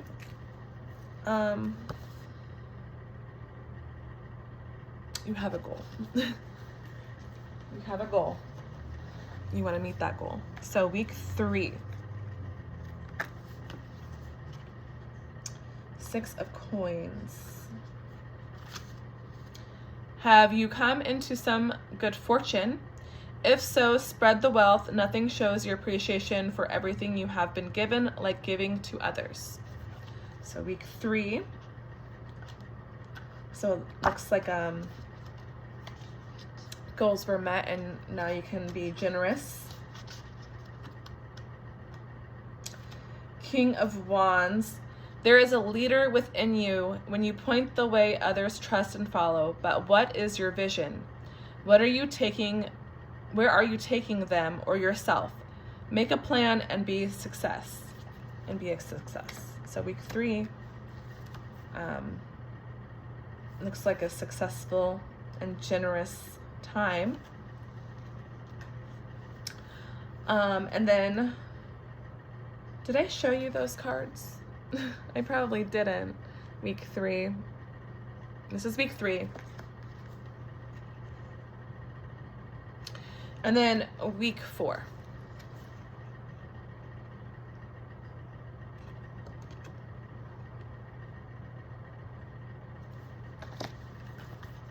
Page of Coins. There is much more for you to learn. Contemplation is your solace. Some might think you are dreaming, but in fact you are planning and growing. Just be sure to watch where you are going. So be mindful. Week 4, be mindful. 7 of Swords. Honesty is always the best poly. Interesting. 7 of Swords. Honesty is always the best policy, except when it's not. There are times when stealth is the better option, but not everybody is going to agree with that. Just be ready for what may come afterwards. Number 4. week 4, not number 4, but week 4.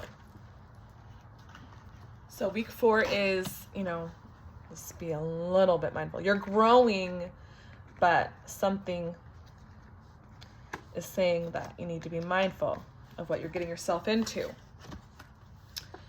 7 of coins and 9 of cups.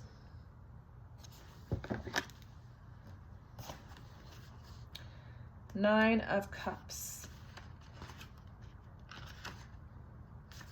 Satisfaction is its own reward. Take stock of life and love. Find pleasure in what you have achieved. Indulge yourself. Relish what life has to offer you. And 7 of coins. Pausing in work or in your journey gives you an opportunity for rest. It can also provide a chance for reassessment. What are you laboring for after all? Are you headed in the right direction? Maybe it is time to check that map. So, beautiful ending to your month. So at the end of April, it's going to be more fruitful, but right now you're just in that working process and growing, and then it looks like you are going to get your just rewards at the end of this month. So that's exciting. And I love how it said map and compasses. So interesting. Well, it didn't say compass. I said compass. And I was talking about direction, and it brought up a map. So maybe you're traveling. Oh, it's just doing my bottom. Excuse me. Excuse me.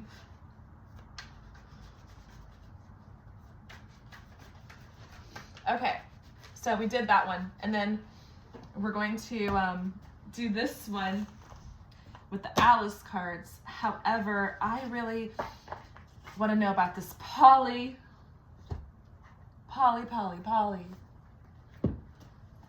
Sounds like a parrot.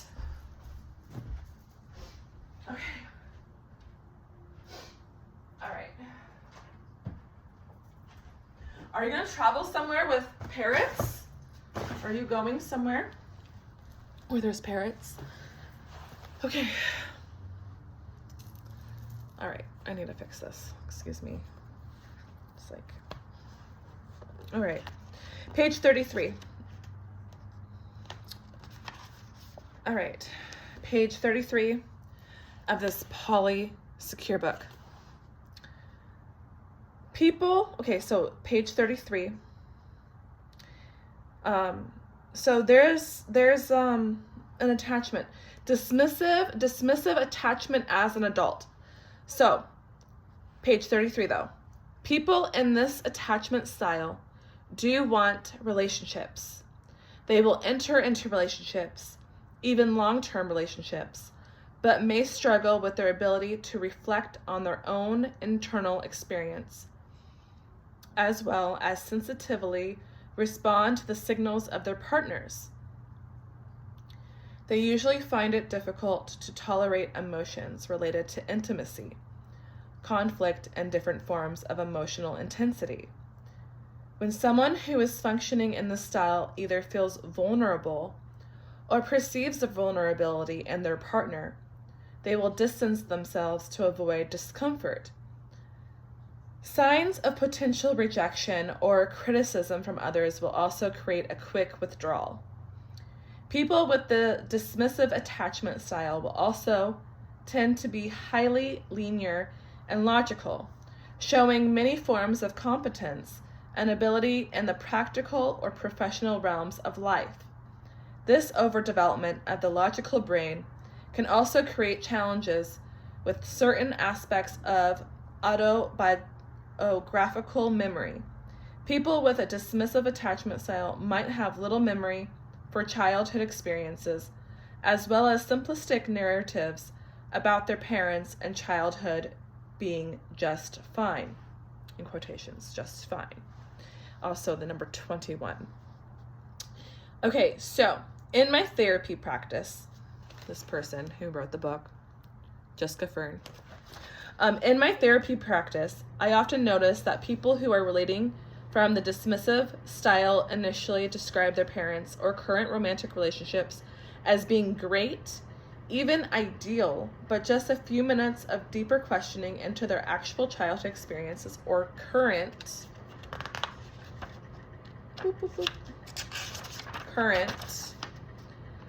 relational patterns reveals that things aren't actually so perfect.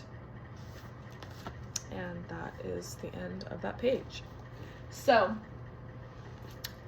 I'm gonna go now to something new. That was a little bit of Polysecure for you, because the word poly came up. And also, I'm still wondering if you're going to travel somewhere with birds, like parrots.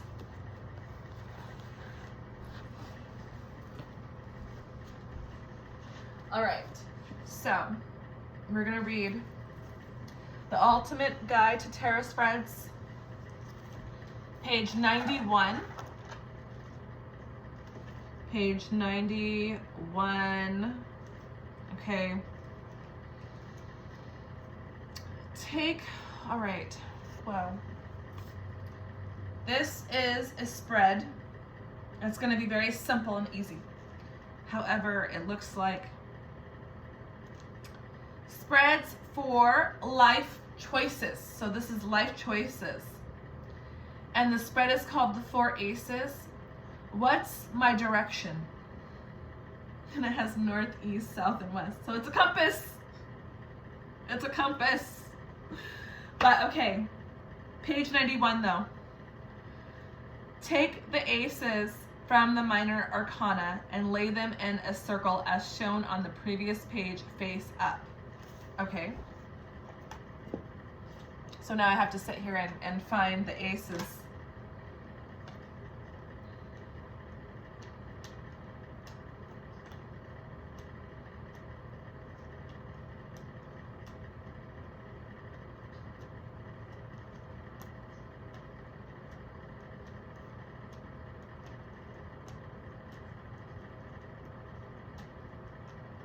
Okay, here's Ace 1. Ace of Flamingos.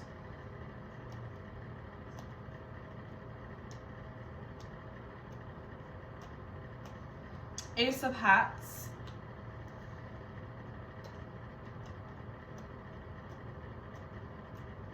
Ace of Oysters.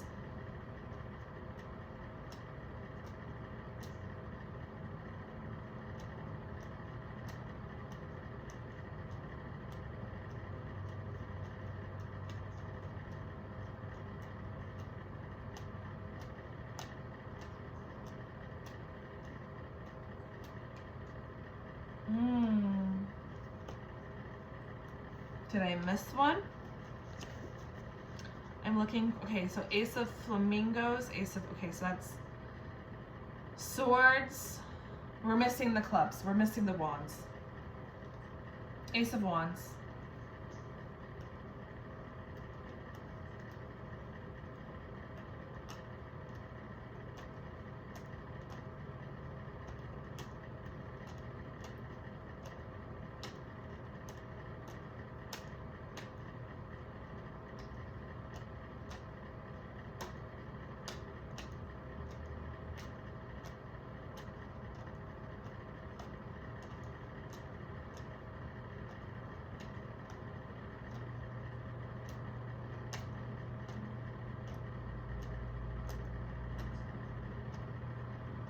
Aha, there it is. Ace of Peppermills.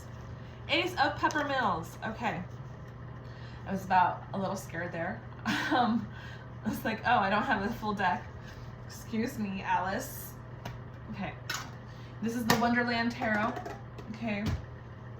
I will show you the aces. And it looks like, okay, so the north is Ace of Flamingos. So Ace of Swords. Then it would be Ace of Oysters, which is the Ace of Pentacles, and the Ace of Peppermills, and the Ace of Hats. Okay, so of course it's going in, I thought it was Earth, Air, but okay, so it's air, earth, fire, and water. Okay. Now take the major arcana and shuffle the cards. Okay, now I gotta do a whole other thing. Okay, so the major arcanas, the World, Temperance, the Devil, the Magician, the Lovers,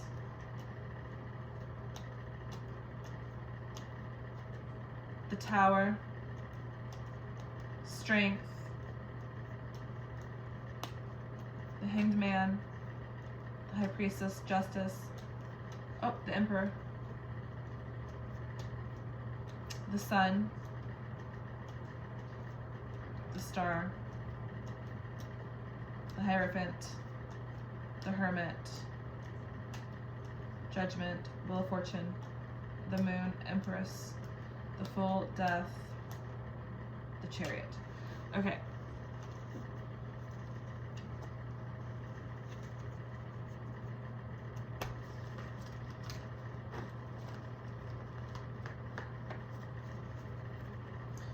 One, 2, 3, 4, 5, 6, 7, 8, 9, 10, 11, 12, 13, 14, 15, 16, 17, 18, 19, 20, 21, 22. Okay.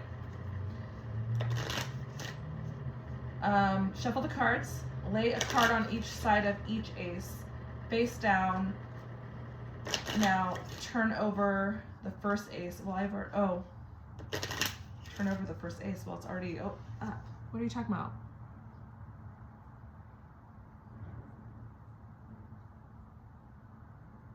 I don't get that. It's already turned up.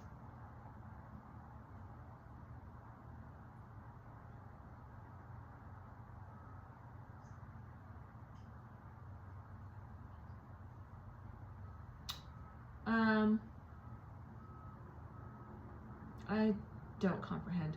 Okay, so take the aces from the minor arcana and lay them in a circle as shown as the previous page. Face up. Now take the major arcana and shuffle the cards. Lay a card on each side of each ace, face down.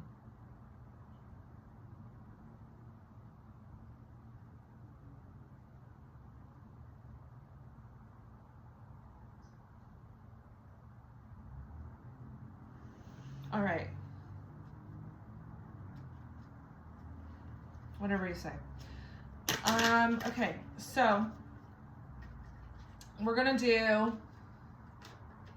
the first part, which is what's the directions? What is your direction? Number 33, what is your direction? So what your direction is for the Ace of Swords, which is decisions, analysis, the mind. Okay, the Hermit. What is your direction for the Ace of Oysters? The High Priestess. The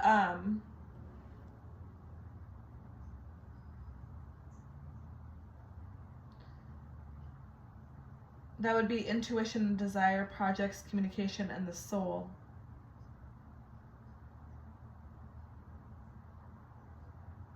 These are of the past. But that's the Wands.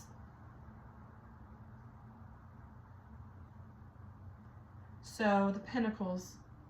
So for money, property, security, the body, and the physical world, you have the High Priestess, which is the past. You had black and white thinking. There was intuitive feelings that you had for it.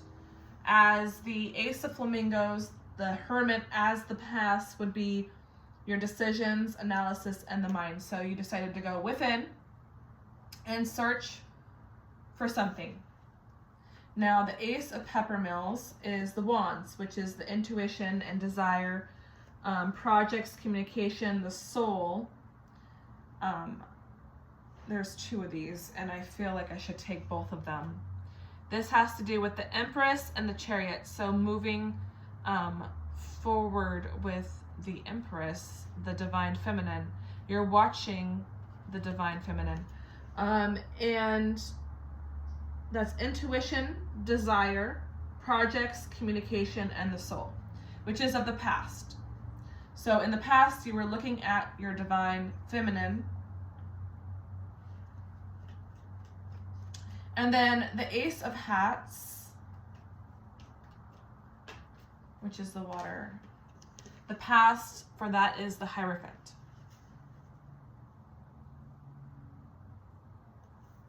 The Hierophant is 4 Cups, love and relationships, the emotions.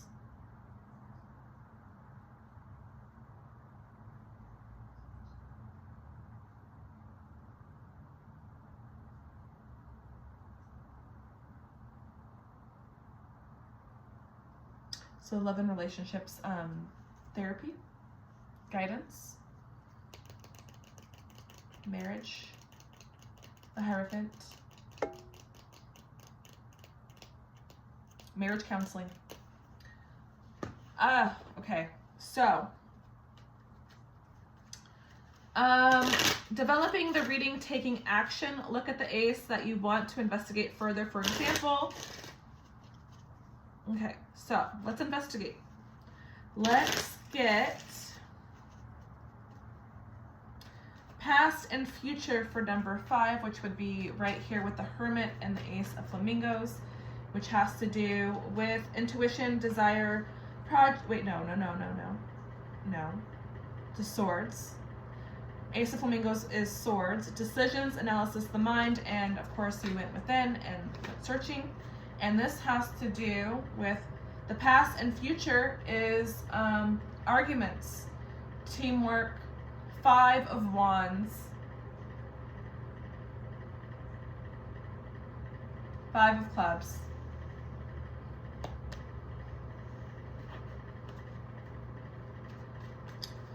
And then number 6.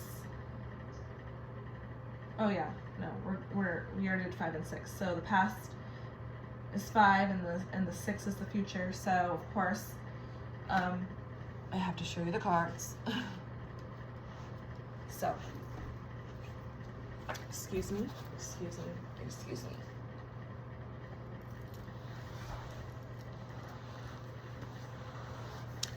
So the Ace of Flamingos is swords, right? There you go. And then you have this on one side, the Hermit. This is the future, you're going within, you're searching. This is the past, just 5 of Wands. That has to do with arguments and competition and teamwork. So that is of the past. So it looks like this. Oops. Like that. Okay. So now, I'm gonna have to eat. All right. Now we're gonna go to this lovely Ace of Peppermills, which is the Wands, the Chariot, and the Empress. 7 and 8. So 7 and 8 is the past and future. Okay, so everything is past and future. So the past, well, no.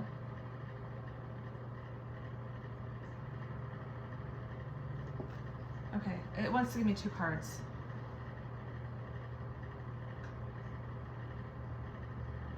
Okay, so the King of Oysters is the King of Pentacles and the 3 of Swords. So there was some kind of heartbreak.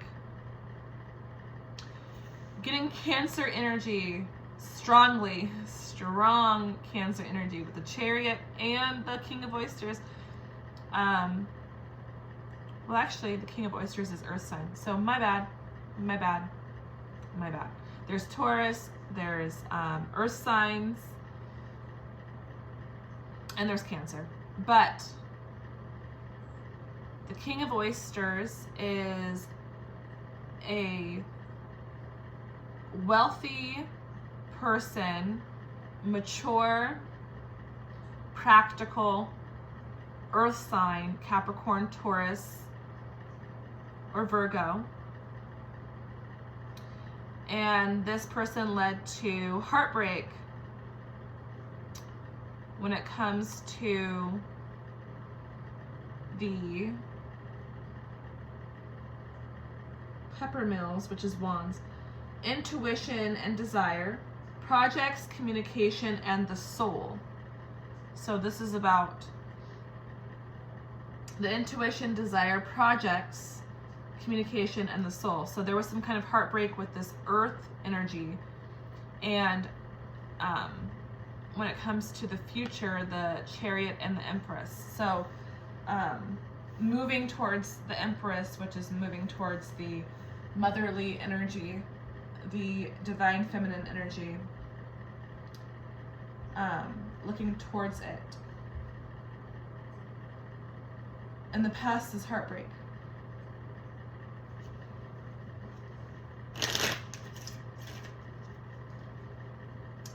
All right, so then we'd go to the Pentacles.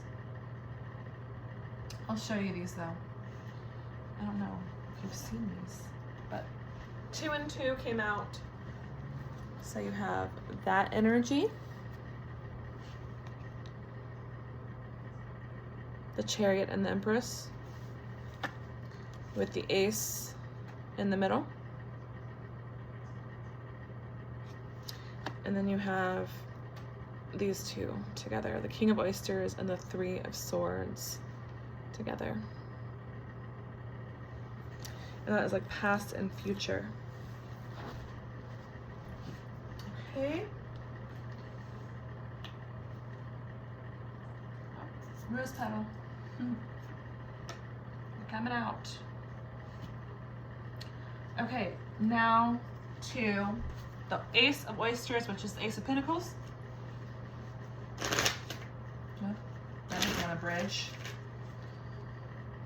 Okay, false start. All right, here we go. The Ace of Oysters is money, property, security, the body, and the physical world. And so the High Priestess is future, as the Eight of Swords is the past. So you were in your head with this money situation. Probably feel trapped in this job situation. Whoop, whoop, whoop, whoop. So, I don't know how much you missed there. Hold on. All right, I'm back. I don't know if you got what I was reading, but for the Ace of Pentacles, I don't know how much you missed, but the Ace of Pentacles, number 33, the Ace of Pentacles is the Ace of Oysters. And I was thinking from this past was the bondage that you had within this job security. Maybe you feel trapped in this job security, and your future is about something that's hidden, but also, you know, this could be intuitive. You know intuitively what you need to do for you to have job security.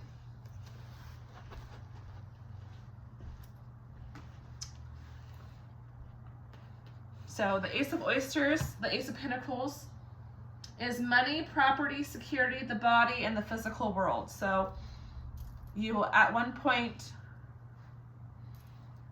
had a lot of feelings of bondage. And then the Hierophant with the Ace of Hats. That is about love, relationships, and emotions. So, love, relationships, and emotions. Beautiful. The Hierophant. So, the past, or this could be the future, whichever way you want to look at it. But we have the Ace of Hats for love. And we have the Hierophant, which is marriage. But also, you know, I always think of, if it's going to be marriage, you know, guidance, marriage counseling. But the Six of Wands, the Six of Peppermills, is giving a victory of coming home, a victory of love that is going to be, you know, a queen.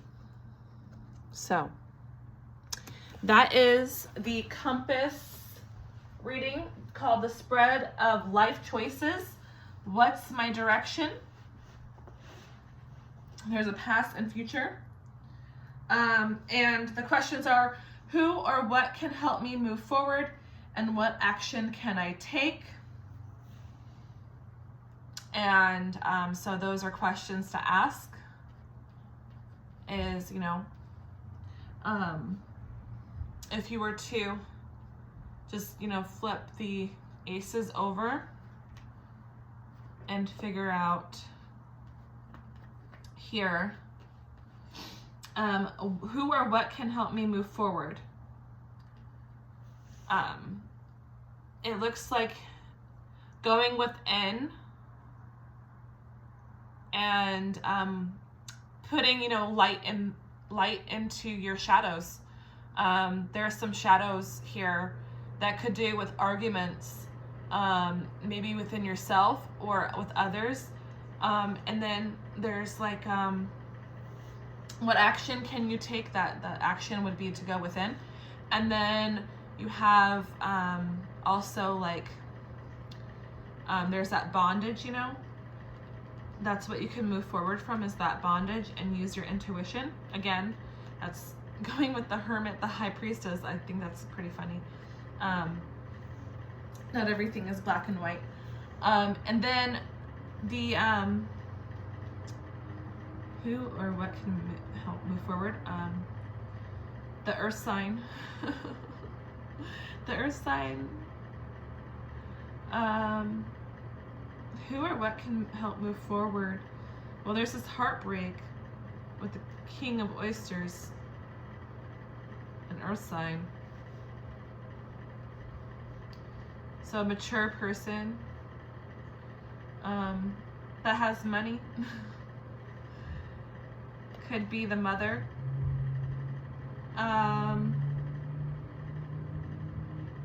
There's movement, you know. That's the action, is the movement.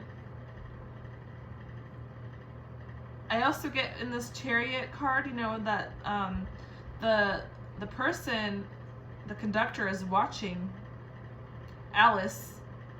So someone's watching you. It could be your mother.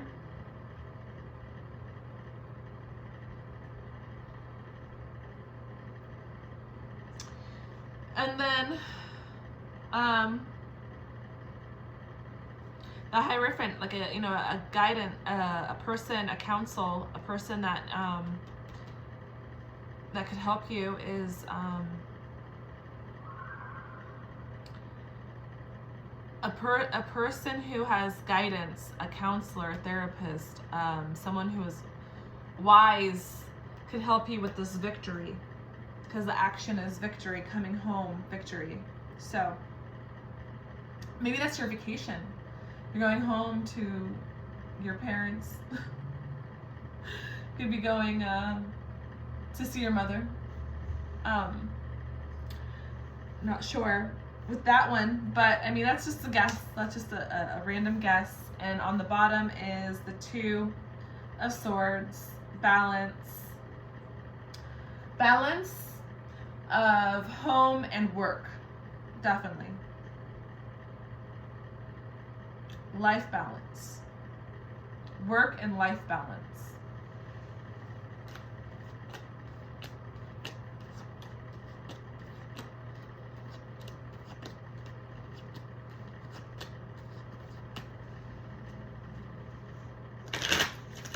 Ooh, I did not shuffle right. Okay, so we're gonna have a mini little break. I'm gonna probably move you somewhere else. I'm gonna have a little snack. And we're gonna do Erotic Tarot. We're gonna do some Erotic Tarot. And I might do some charms and stickers for the ending, because the Erotic Tarot is your bonus. It's your extra, read all about it. All right, so, yeah, let's do that. Let's have a snack. Stop. Okay, I think we are good. Good. All right. Hello. So number 33, I have some things going on here. It's functional over here. It's like laptop and work stuff. Plus also, I'm going to be writing down the timestamps for this recording. Also, behind me is my tarot stuff. So it's organized stuff. But focusing here in this area right here, focus. 2 bunnies, and I have the Goddess of Love Tarot. And then I have an Erotic Tarot that I have to be mindful of because it shows body parts.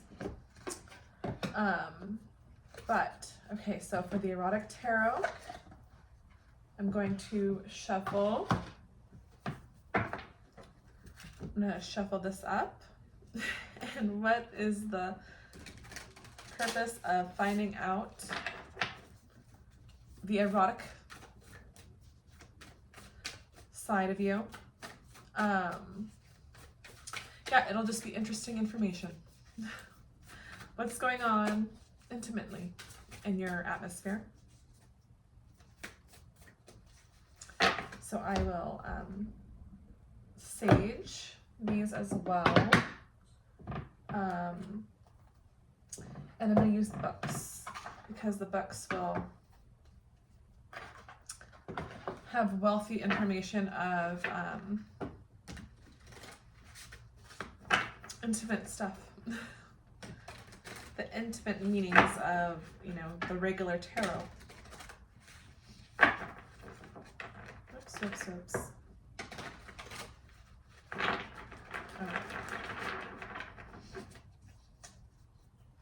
So I'm going to look up number 88. Why 88? Because it's my year.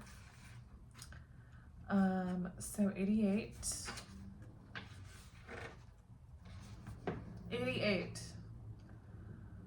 For a weekly forecast, shuffle your deck and take out 1 card, placing it face down as the significator for the reading.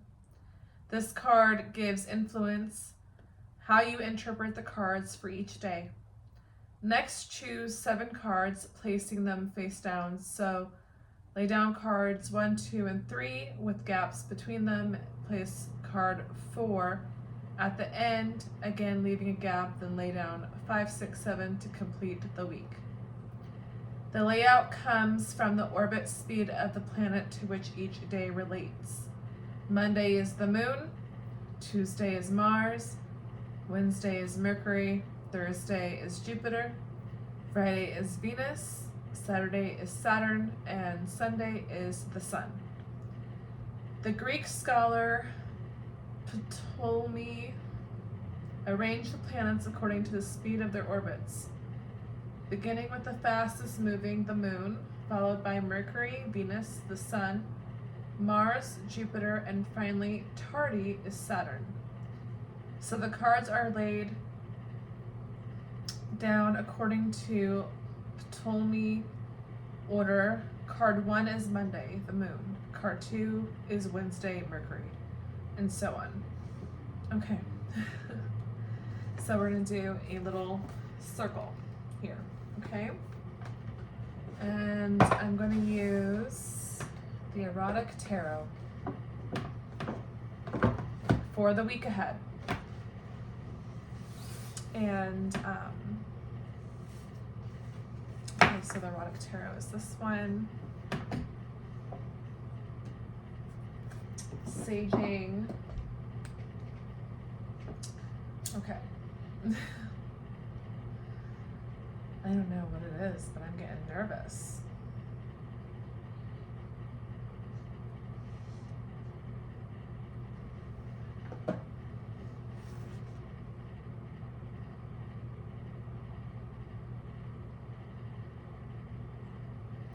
There's like some like anxiety vibes. 6 of Candles is the 6 of Wands. Okay. So Spirit Guides, Angels, Universe, what is the week ahead? Oh, I'm supposed to keep it down. So the significator is this one.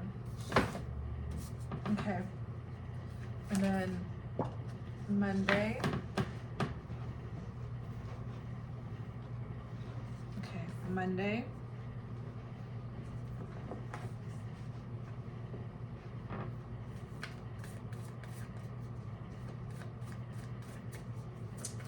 Okay, so Monday and then Tuesday.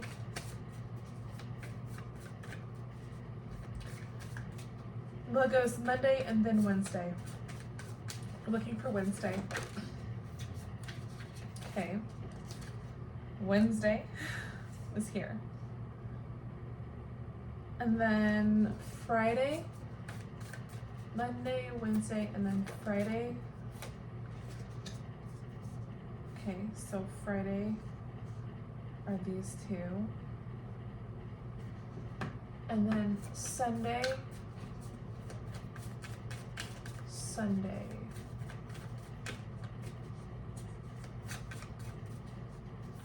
What is Sunday gonna be like? Sunday. Okay, Sunday is here. And then Tuesday. Tuesday is a throw up day.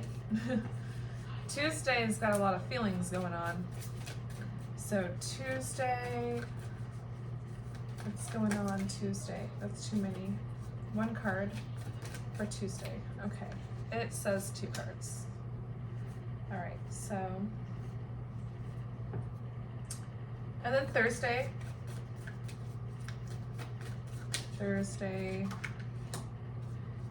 and then Saturday. Jumping cards. Saturday. It's too many. Okay, Saturday. Okay. So here we are. We have this middle. This. Okay. 2. Okay. There we go. Bottom card is the Queen of Roses. All right. Okay, so for the significator of the week that's coming up is the 7 of Shells.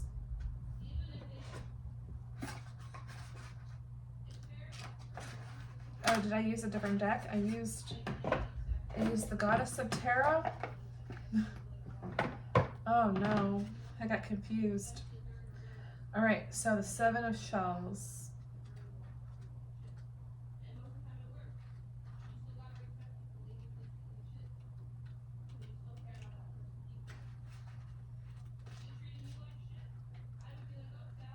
Oh my God, I'm hearing my daughter's conversation. It's too adult for me. Okay, so the 7 of Shells, which is the 7 of Cups. Am I sure? Oh, you know what? Was I right? Oh, goodness. I'm getting it all mixed up. Okay, 7 of shells. There it is. Oh, I was about to like not know what I was doing. 7 of shells. All right. So this week's significator is role play, active imagination, gorgeous fantasy, altered states due to chemical, artistic, or sensory illusion, hormones. And to take care, impossible dreams, delirium, corrupted judgment, sensory deprivation, fantasy, and delusion. So I guess that's be mindful. So this is the week. So the week is very Neptunian.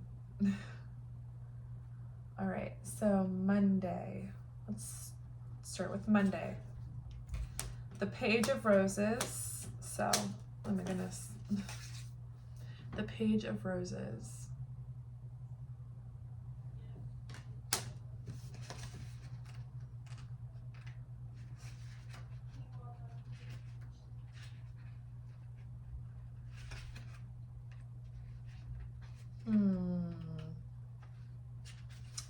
All right, Monday.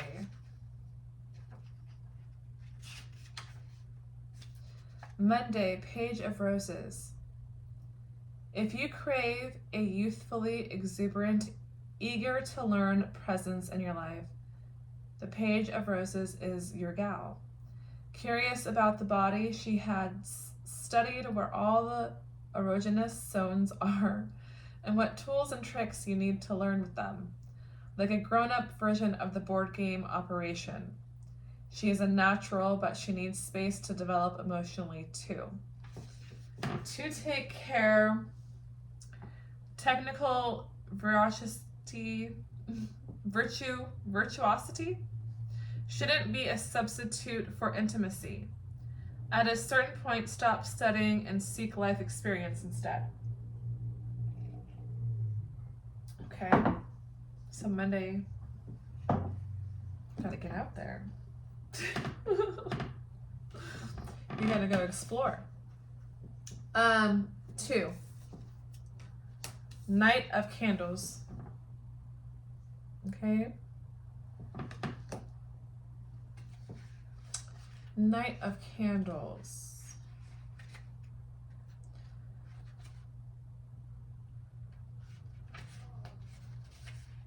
The Knight of Candles is a troublemaker. A young, hot-headed libertine, passionate and high energy, but always with a reckless edge. This knight may be ruthless and potentially destructive in their pursuit of adventure. But their lust for life makes them hard to resist. They like it rough and will take their partner anywhere. Prepare for the ride of a lifetime. Wow, this is Wednesday? This is Wednesday? Make sure that somebody shows some care and responsibility in the midst of all the fun. It most likely won't be the Knight of Candles. Oh, that's too much. Okay.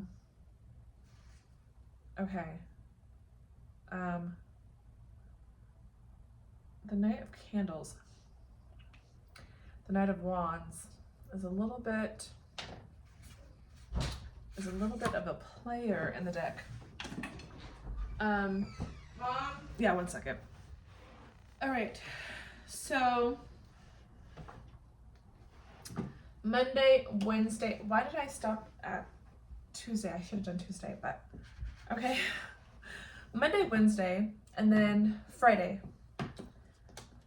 Friday is the 10 of Candles and the 6 of Shells. Okay. I don't know if you can see anything. I'm so far away. So the 10 of Candles You become very good at pleasing others at your own expense. This is Friday, so you're being very attentive. You suspect that if you want to be pleasured, the only one you can rely on is yourself. Oh. Okay, why not consider delegating? See what someone else can do to lighten your load. Let them take the reins and you may be pleasantly surprised. This might be that thing about when I was reading about the month and you need to ask for help. 6 of Shells. Comfort in the memory of past pleasures, old friendships, hobbies, and desires. The experience of maturity and age, taking it slow. Clinging to outworn habits is something to take care of. But, so your Friday is, yes, ask help with your friends. That's basically what this is. You have to ask for help with your friends. And you may have some habits that you need to think about not doing anymore because they're outworn, they're overused. Okay, so then after Friday is Sunday. Sunday, the Knight of Shells. Looks like reflection on Sunday. The Knight of Shells.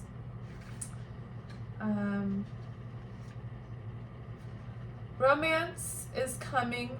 A knight in shining armor is riding into your life on a white horse.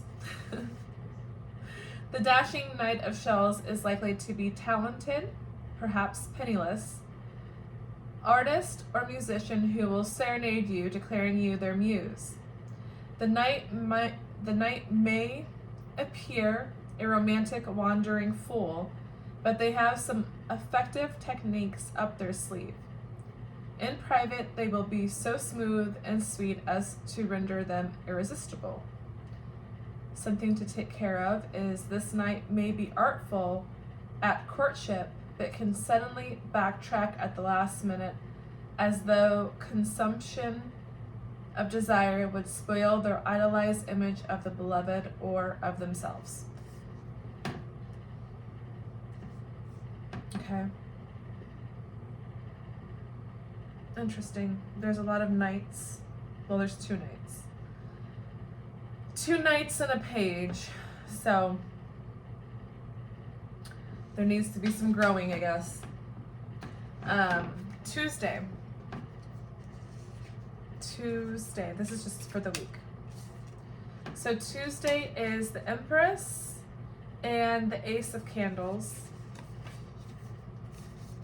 Ace of Candles are wands, but as you can see. All right, so the Empress.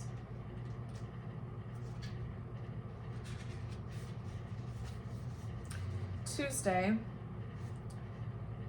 Keywords: facility, productivity, love and lovemaking, mothering, smothering, making babies, entrances and introductions, natural settings, queenship. An earthly goddess blooms in an abundant environment of unconditional love and promise. Nature and women's bodies are frequently idolized as tamed and fecund, perhaps because in reality they are both beyond our control. We have all had some experience of their power. The advice: expect and provide a loving encounter. Nurture your creativity. Take the time to allow a situation to develop. Care for your body. Nourish your mind and soul with art and beauty. Accept all invitations. And to take care of, look after your intimate health. Wholesomeness can get a little wearing. You may need to escape a devouring creative block or person. And that is for Tuesday. Sounds very productive. Ace of Candles.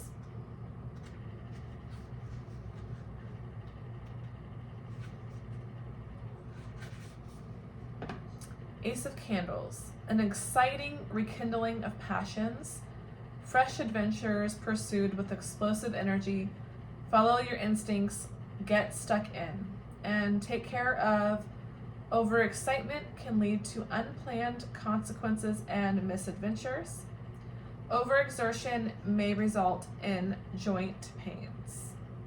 So beware of your joints. Overaccess. Tuesday, very productive, but be mindful of your joints. Thursday, the Hanged Man.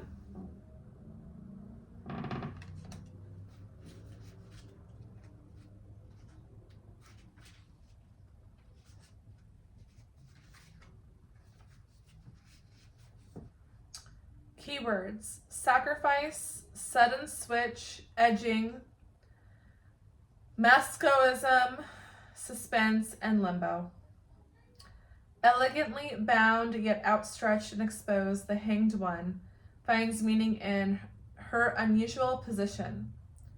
There is a discipline and satisfaction in pushing yourself to your limits, even if it looks like suffering to those on the outside. Upside down, you can discover your own viewpoint and standards beyond the conventional or mere pleasure. Advice: a little teasing and frustration can yield great satisfaction and insight when you're finally relieved. Make sure you decide when it ends. And take care. Beware of an uncomfortable limbo, treachery, being stuck in a role. So that's Thursday.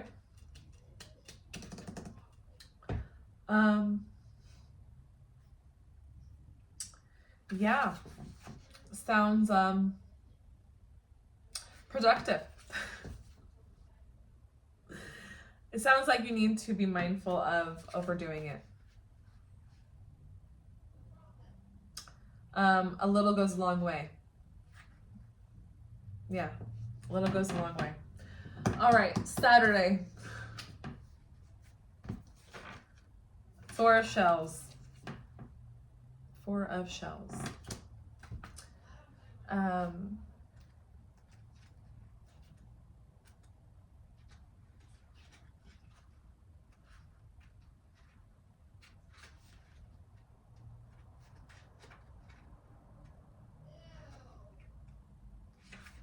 Okay, Four of Shells for Saturday. Physical, but more likely emotional come down. Postcoital depression, wanting anything except the nice thing that you have. Time to step out of a repeating pattern of pleasure that no longer works for you. Okay. I guess something's got to end. Yeah, that was your week. That was fun. I like doing that. That was a fun week. Yeah, so it looks like this week is some learning, productivity, limitation.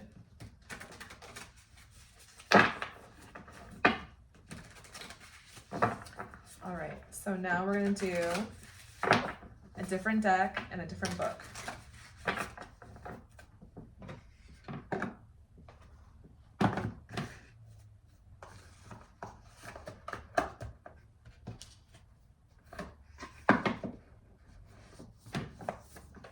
This one should be fun.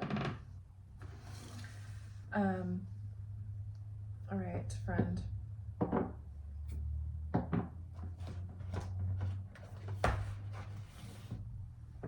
Let's see here, 88, page 88. Career focus. Is this my path? This is going to be interesting. Here's a simple spread to try when you're considering changing your profession or working within a different industry. Rather than examining specific issues surrounding your current job situation, is this the right path for you on a long-term basis? So there's a significator. King of Wands, Swords, Cups, or Pentacles. Do I choose? Okay, Kings in the workplace. Oh.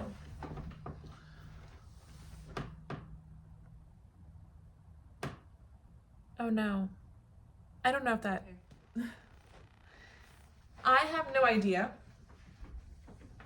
what happened, but I'm on page 88 of the other book, and we're doing a career focus. Is this my plan? And so it's there's a significator, there's a king. So I'm not sure which king to put down, but here are the kings in the workplace. King of Wands is entrepreneurship, inventor, business, media, communications, and travel coaching. King of Cups is counselor, negotiator, charities, health, human resources, teaching, and the arts. King of Pentacles is banking and finance, building industry, real estate, agriculture, manufacturing, sport, food industry. And King of Swords is medicine, law, science, psychology, research, politics, training, protection services, such as the military, police, security. So what I'm going to do is I'm going to just ask the cards, which king is number 33? I'm going to imagine you in the mind, and I'm going to ask these cards, which king are you?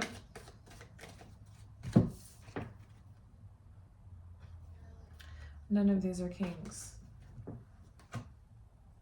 This is not a king. So we're going to keep going until I find a king. That's the Star. Which king are you? Queen of Cups. No king yet. We're going to have fun. We're going to see what king is going to come out. That's the Two of Wands, the Ace of Cups,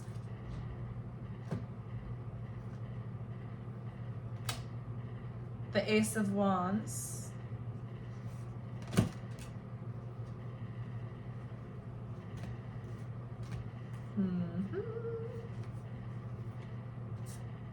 All right. Let's see here.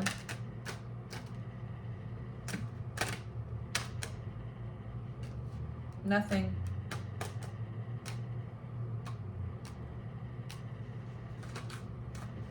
Watch there be no kings in this deck because it's Venus.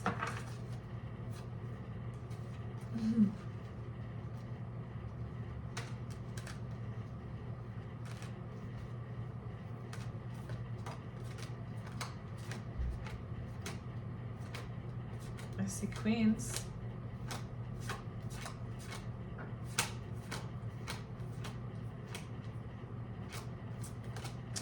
Oh man, what kind of king are you? Number 33.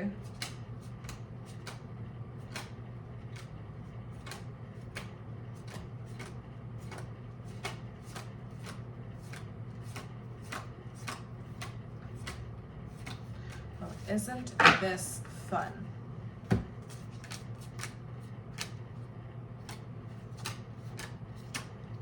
gonna get annoyed.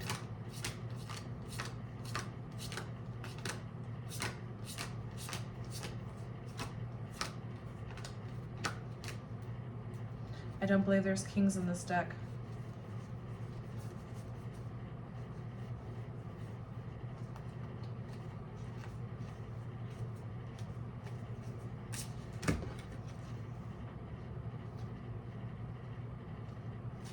Okay, what's equivalent to the king?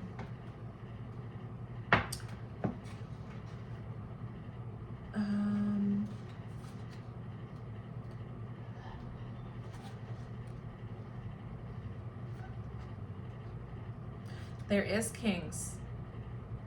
King of Wands. Okay. I was about to be so annoyed. Okay, so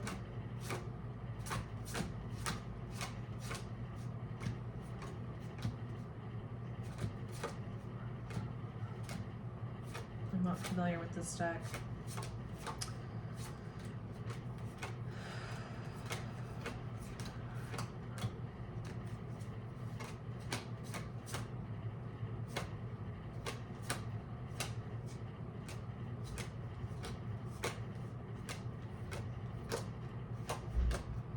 Wow.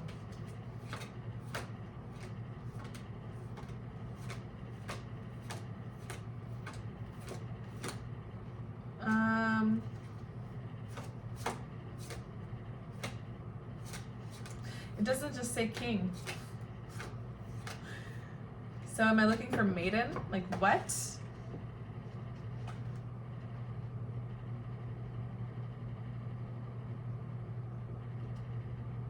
Oh, you've got to be kidding me. Wait. Crone. Are you serious?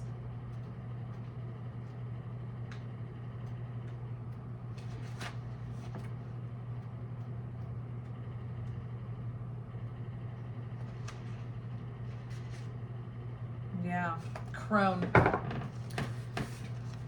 SOB. SOB. All right. So we're looking for crones.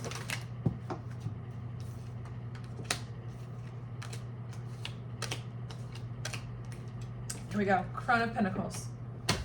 You are Crone of Pentacles, which is banking and finance, building industry, real estate, agriculture, manufacturing, sport, or food industry. That is the king significator. Also, let's just check these cards to see a different crone. All right, no. So, King of Pentacles. All right, there you go. Can you see it? I cannot see from there. So, recent experience in this career is the first card. My recent experience in this career. So, for number 33, what is their recent experience in this career? A pink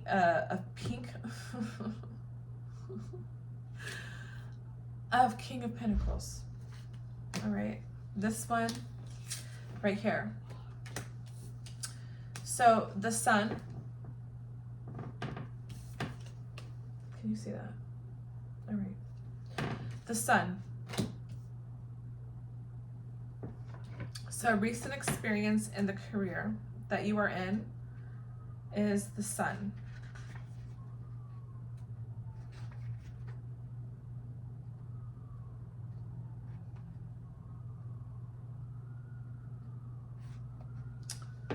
The sun is the active and penetrating force of the goddess, love turned outward. It is rebirth and illumination. It is the center of the circle, the solar sphere around which all life orbits. I don't know why that was hard to read. Okay, so the sun is an omen of warmth and joy, a guide through the perils of whatever journey you're on. When you pull the sun, you're uncovering your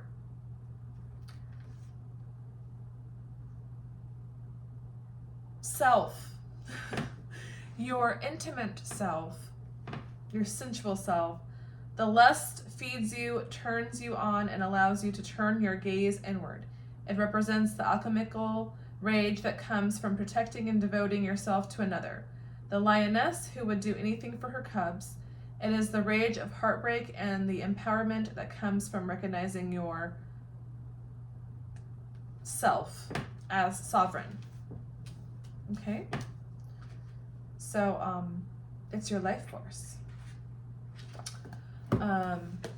What's the most you can gain if you stay on the path. Okay, the second card is Judgment reversed. Okay, Judgment reversed.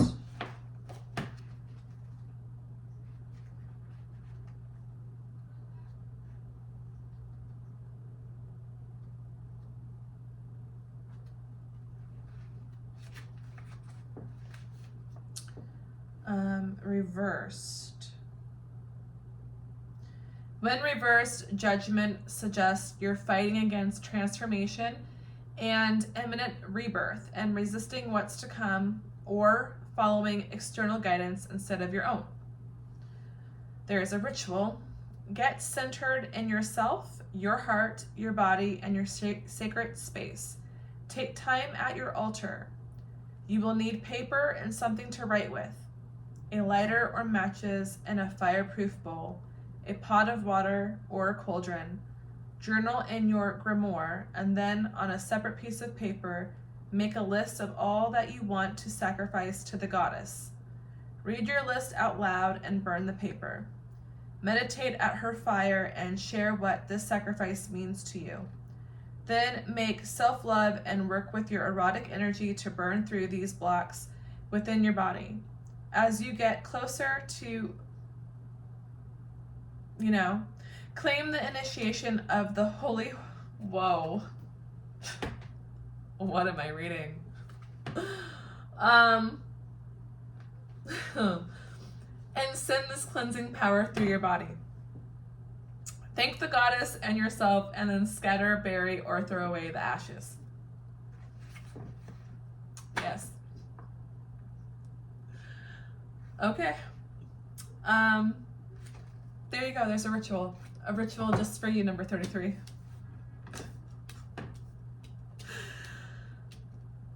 Okay.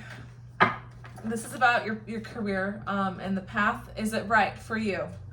So pray about it. It seems to be great for you. It seems like you need to do a ritual. It seems like you are in King of Pentacles. Okay. And what's the most likely outcome or advice for you? There's 2. Maiden of Cups and 7 of Swords reversed. Okay, so Maiden of Cups.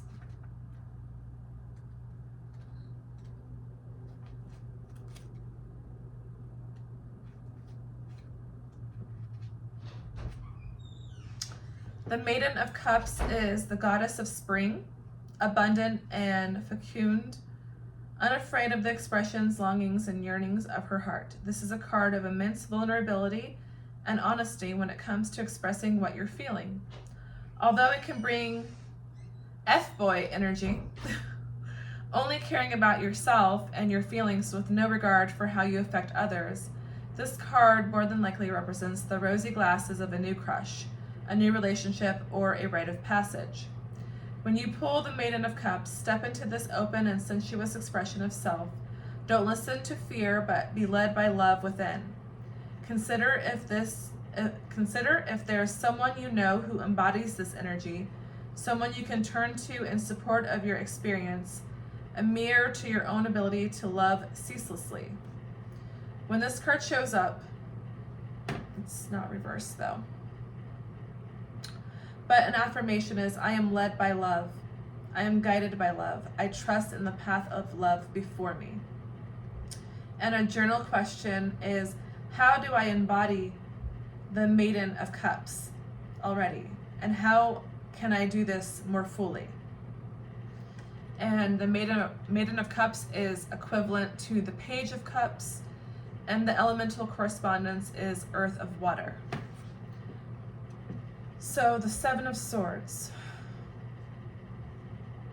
is Moon in Aquarius, so 7 of Swords. The 7 plays a special role in love and lust because the number 7 is associated with the sphere of Tree of Life.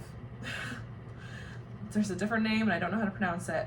Tree of Life, It's victory, and is the sphere of Venus and ruler of emotions, feelings, and heart-based energies. The Seven of Swords embodies this through the mental plane, through the thoughts and words used to communicate the situation at hand. There's a sense of deception here, either coming from someone else or you're fooling yourself, entangling yourself in false narratives to suit your desires.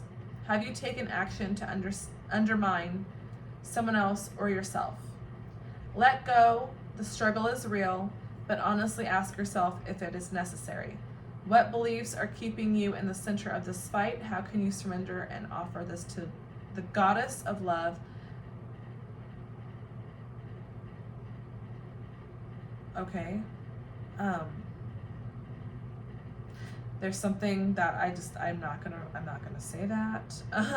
When this card shows up, okay, reversed. It's not, well, it is. It's reversed.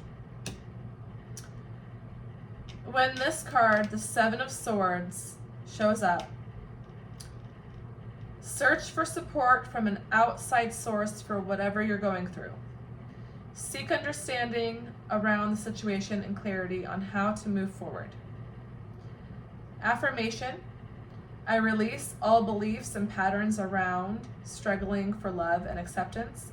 I claim my voice and power. And the journal question is, where am I holding on to old wounds and how can I begin to release them? And this is all about the career, and that's the most likely outcome or advice to self. So both cards were saying, to seek out outside source in regards to career. There's something about career that needs to have some type of advice.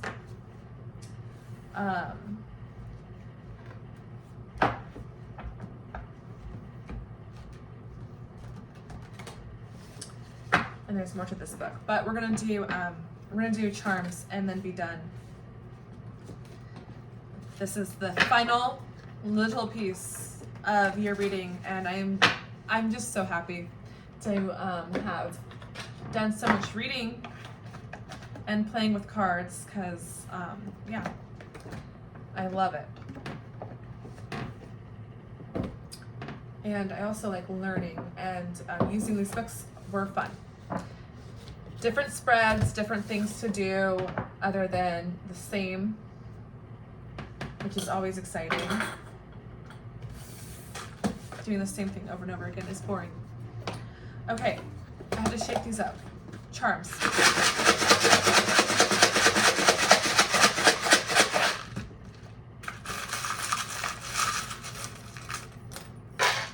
All right, so there is a leaf branch. So this is, I'm gonna scoot you closer because this is fun. All right, the leaf branch. I think of that as like a turning of a leaf. A 4-leaf clover. I don't know if you can see that. What's going on? Let's see here. Can we do it? No. No. Okay. Whatever. It's a 4-leaf clover. Obviously your luck is changing. And then the starfish. That's regeneration. Like they are regenerative. Like if they lost an arm, they'd grow it back. Rainbow, hope. Also, the rainbow is of the rainbow community. This looks like a drink with an orange peel or maybe a lime, who knows. Anyway, that makes me think of celebration. The Ace of Cups, a new beginning. There's a pink butterfly, a black swan. The black swan is divine feminine. There's also a black cross. There is a crown. There's actually 2 crowns. So those are counterparts. The crowns are counterparts. Angel. So you have angels watching over you. 2 moons. One is purple and one is blue. And there's the tree of life. And a bead that is flowers, like little daisies. And there's a star and a blue bead. And then the letters are A, P, T, K, V, and F. Yeah, so tap. And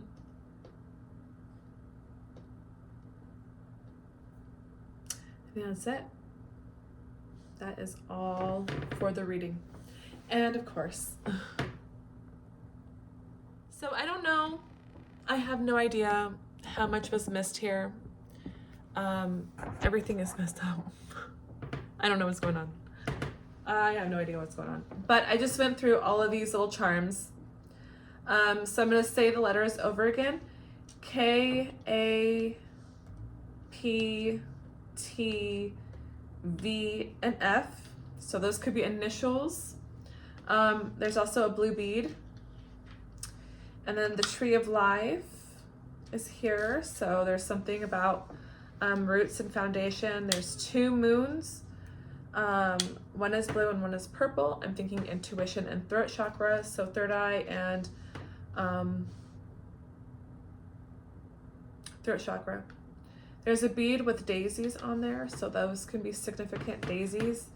And then there is 2 crowns, which is like divine counterparts. There's a star, that's like healing energy. There's an angel, which is definitely protection. The pink butterfly, I would say, is transformation, but also a girl. And then there is this tree branch, which makes me think of turning of a leaf.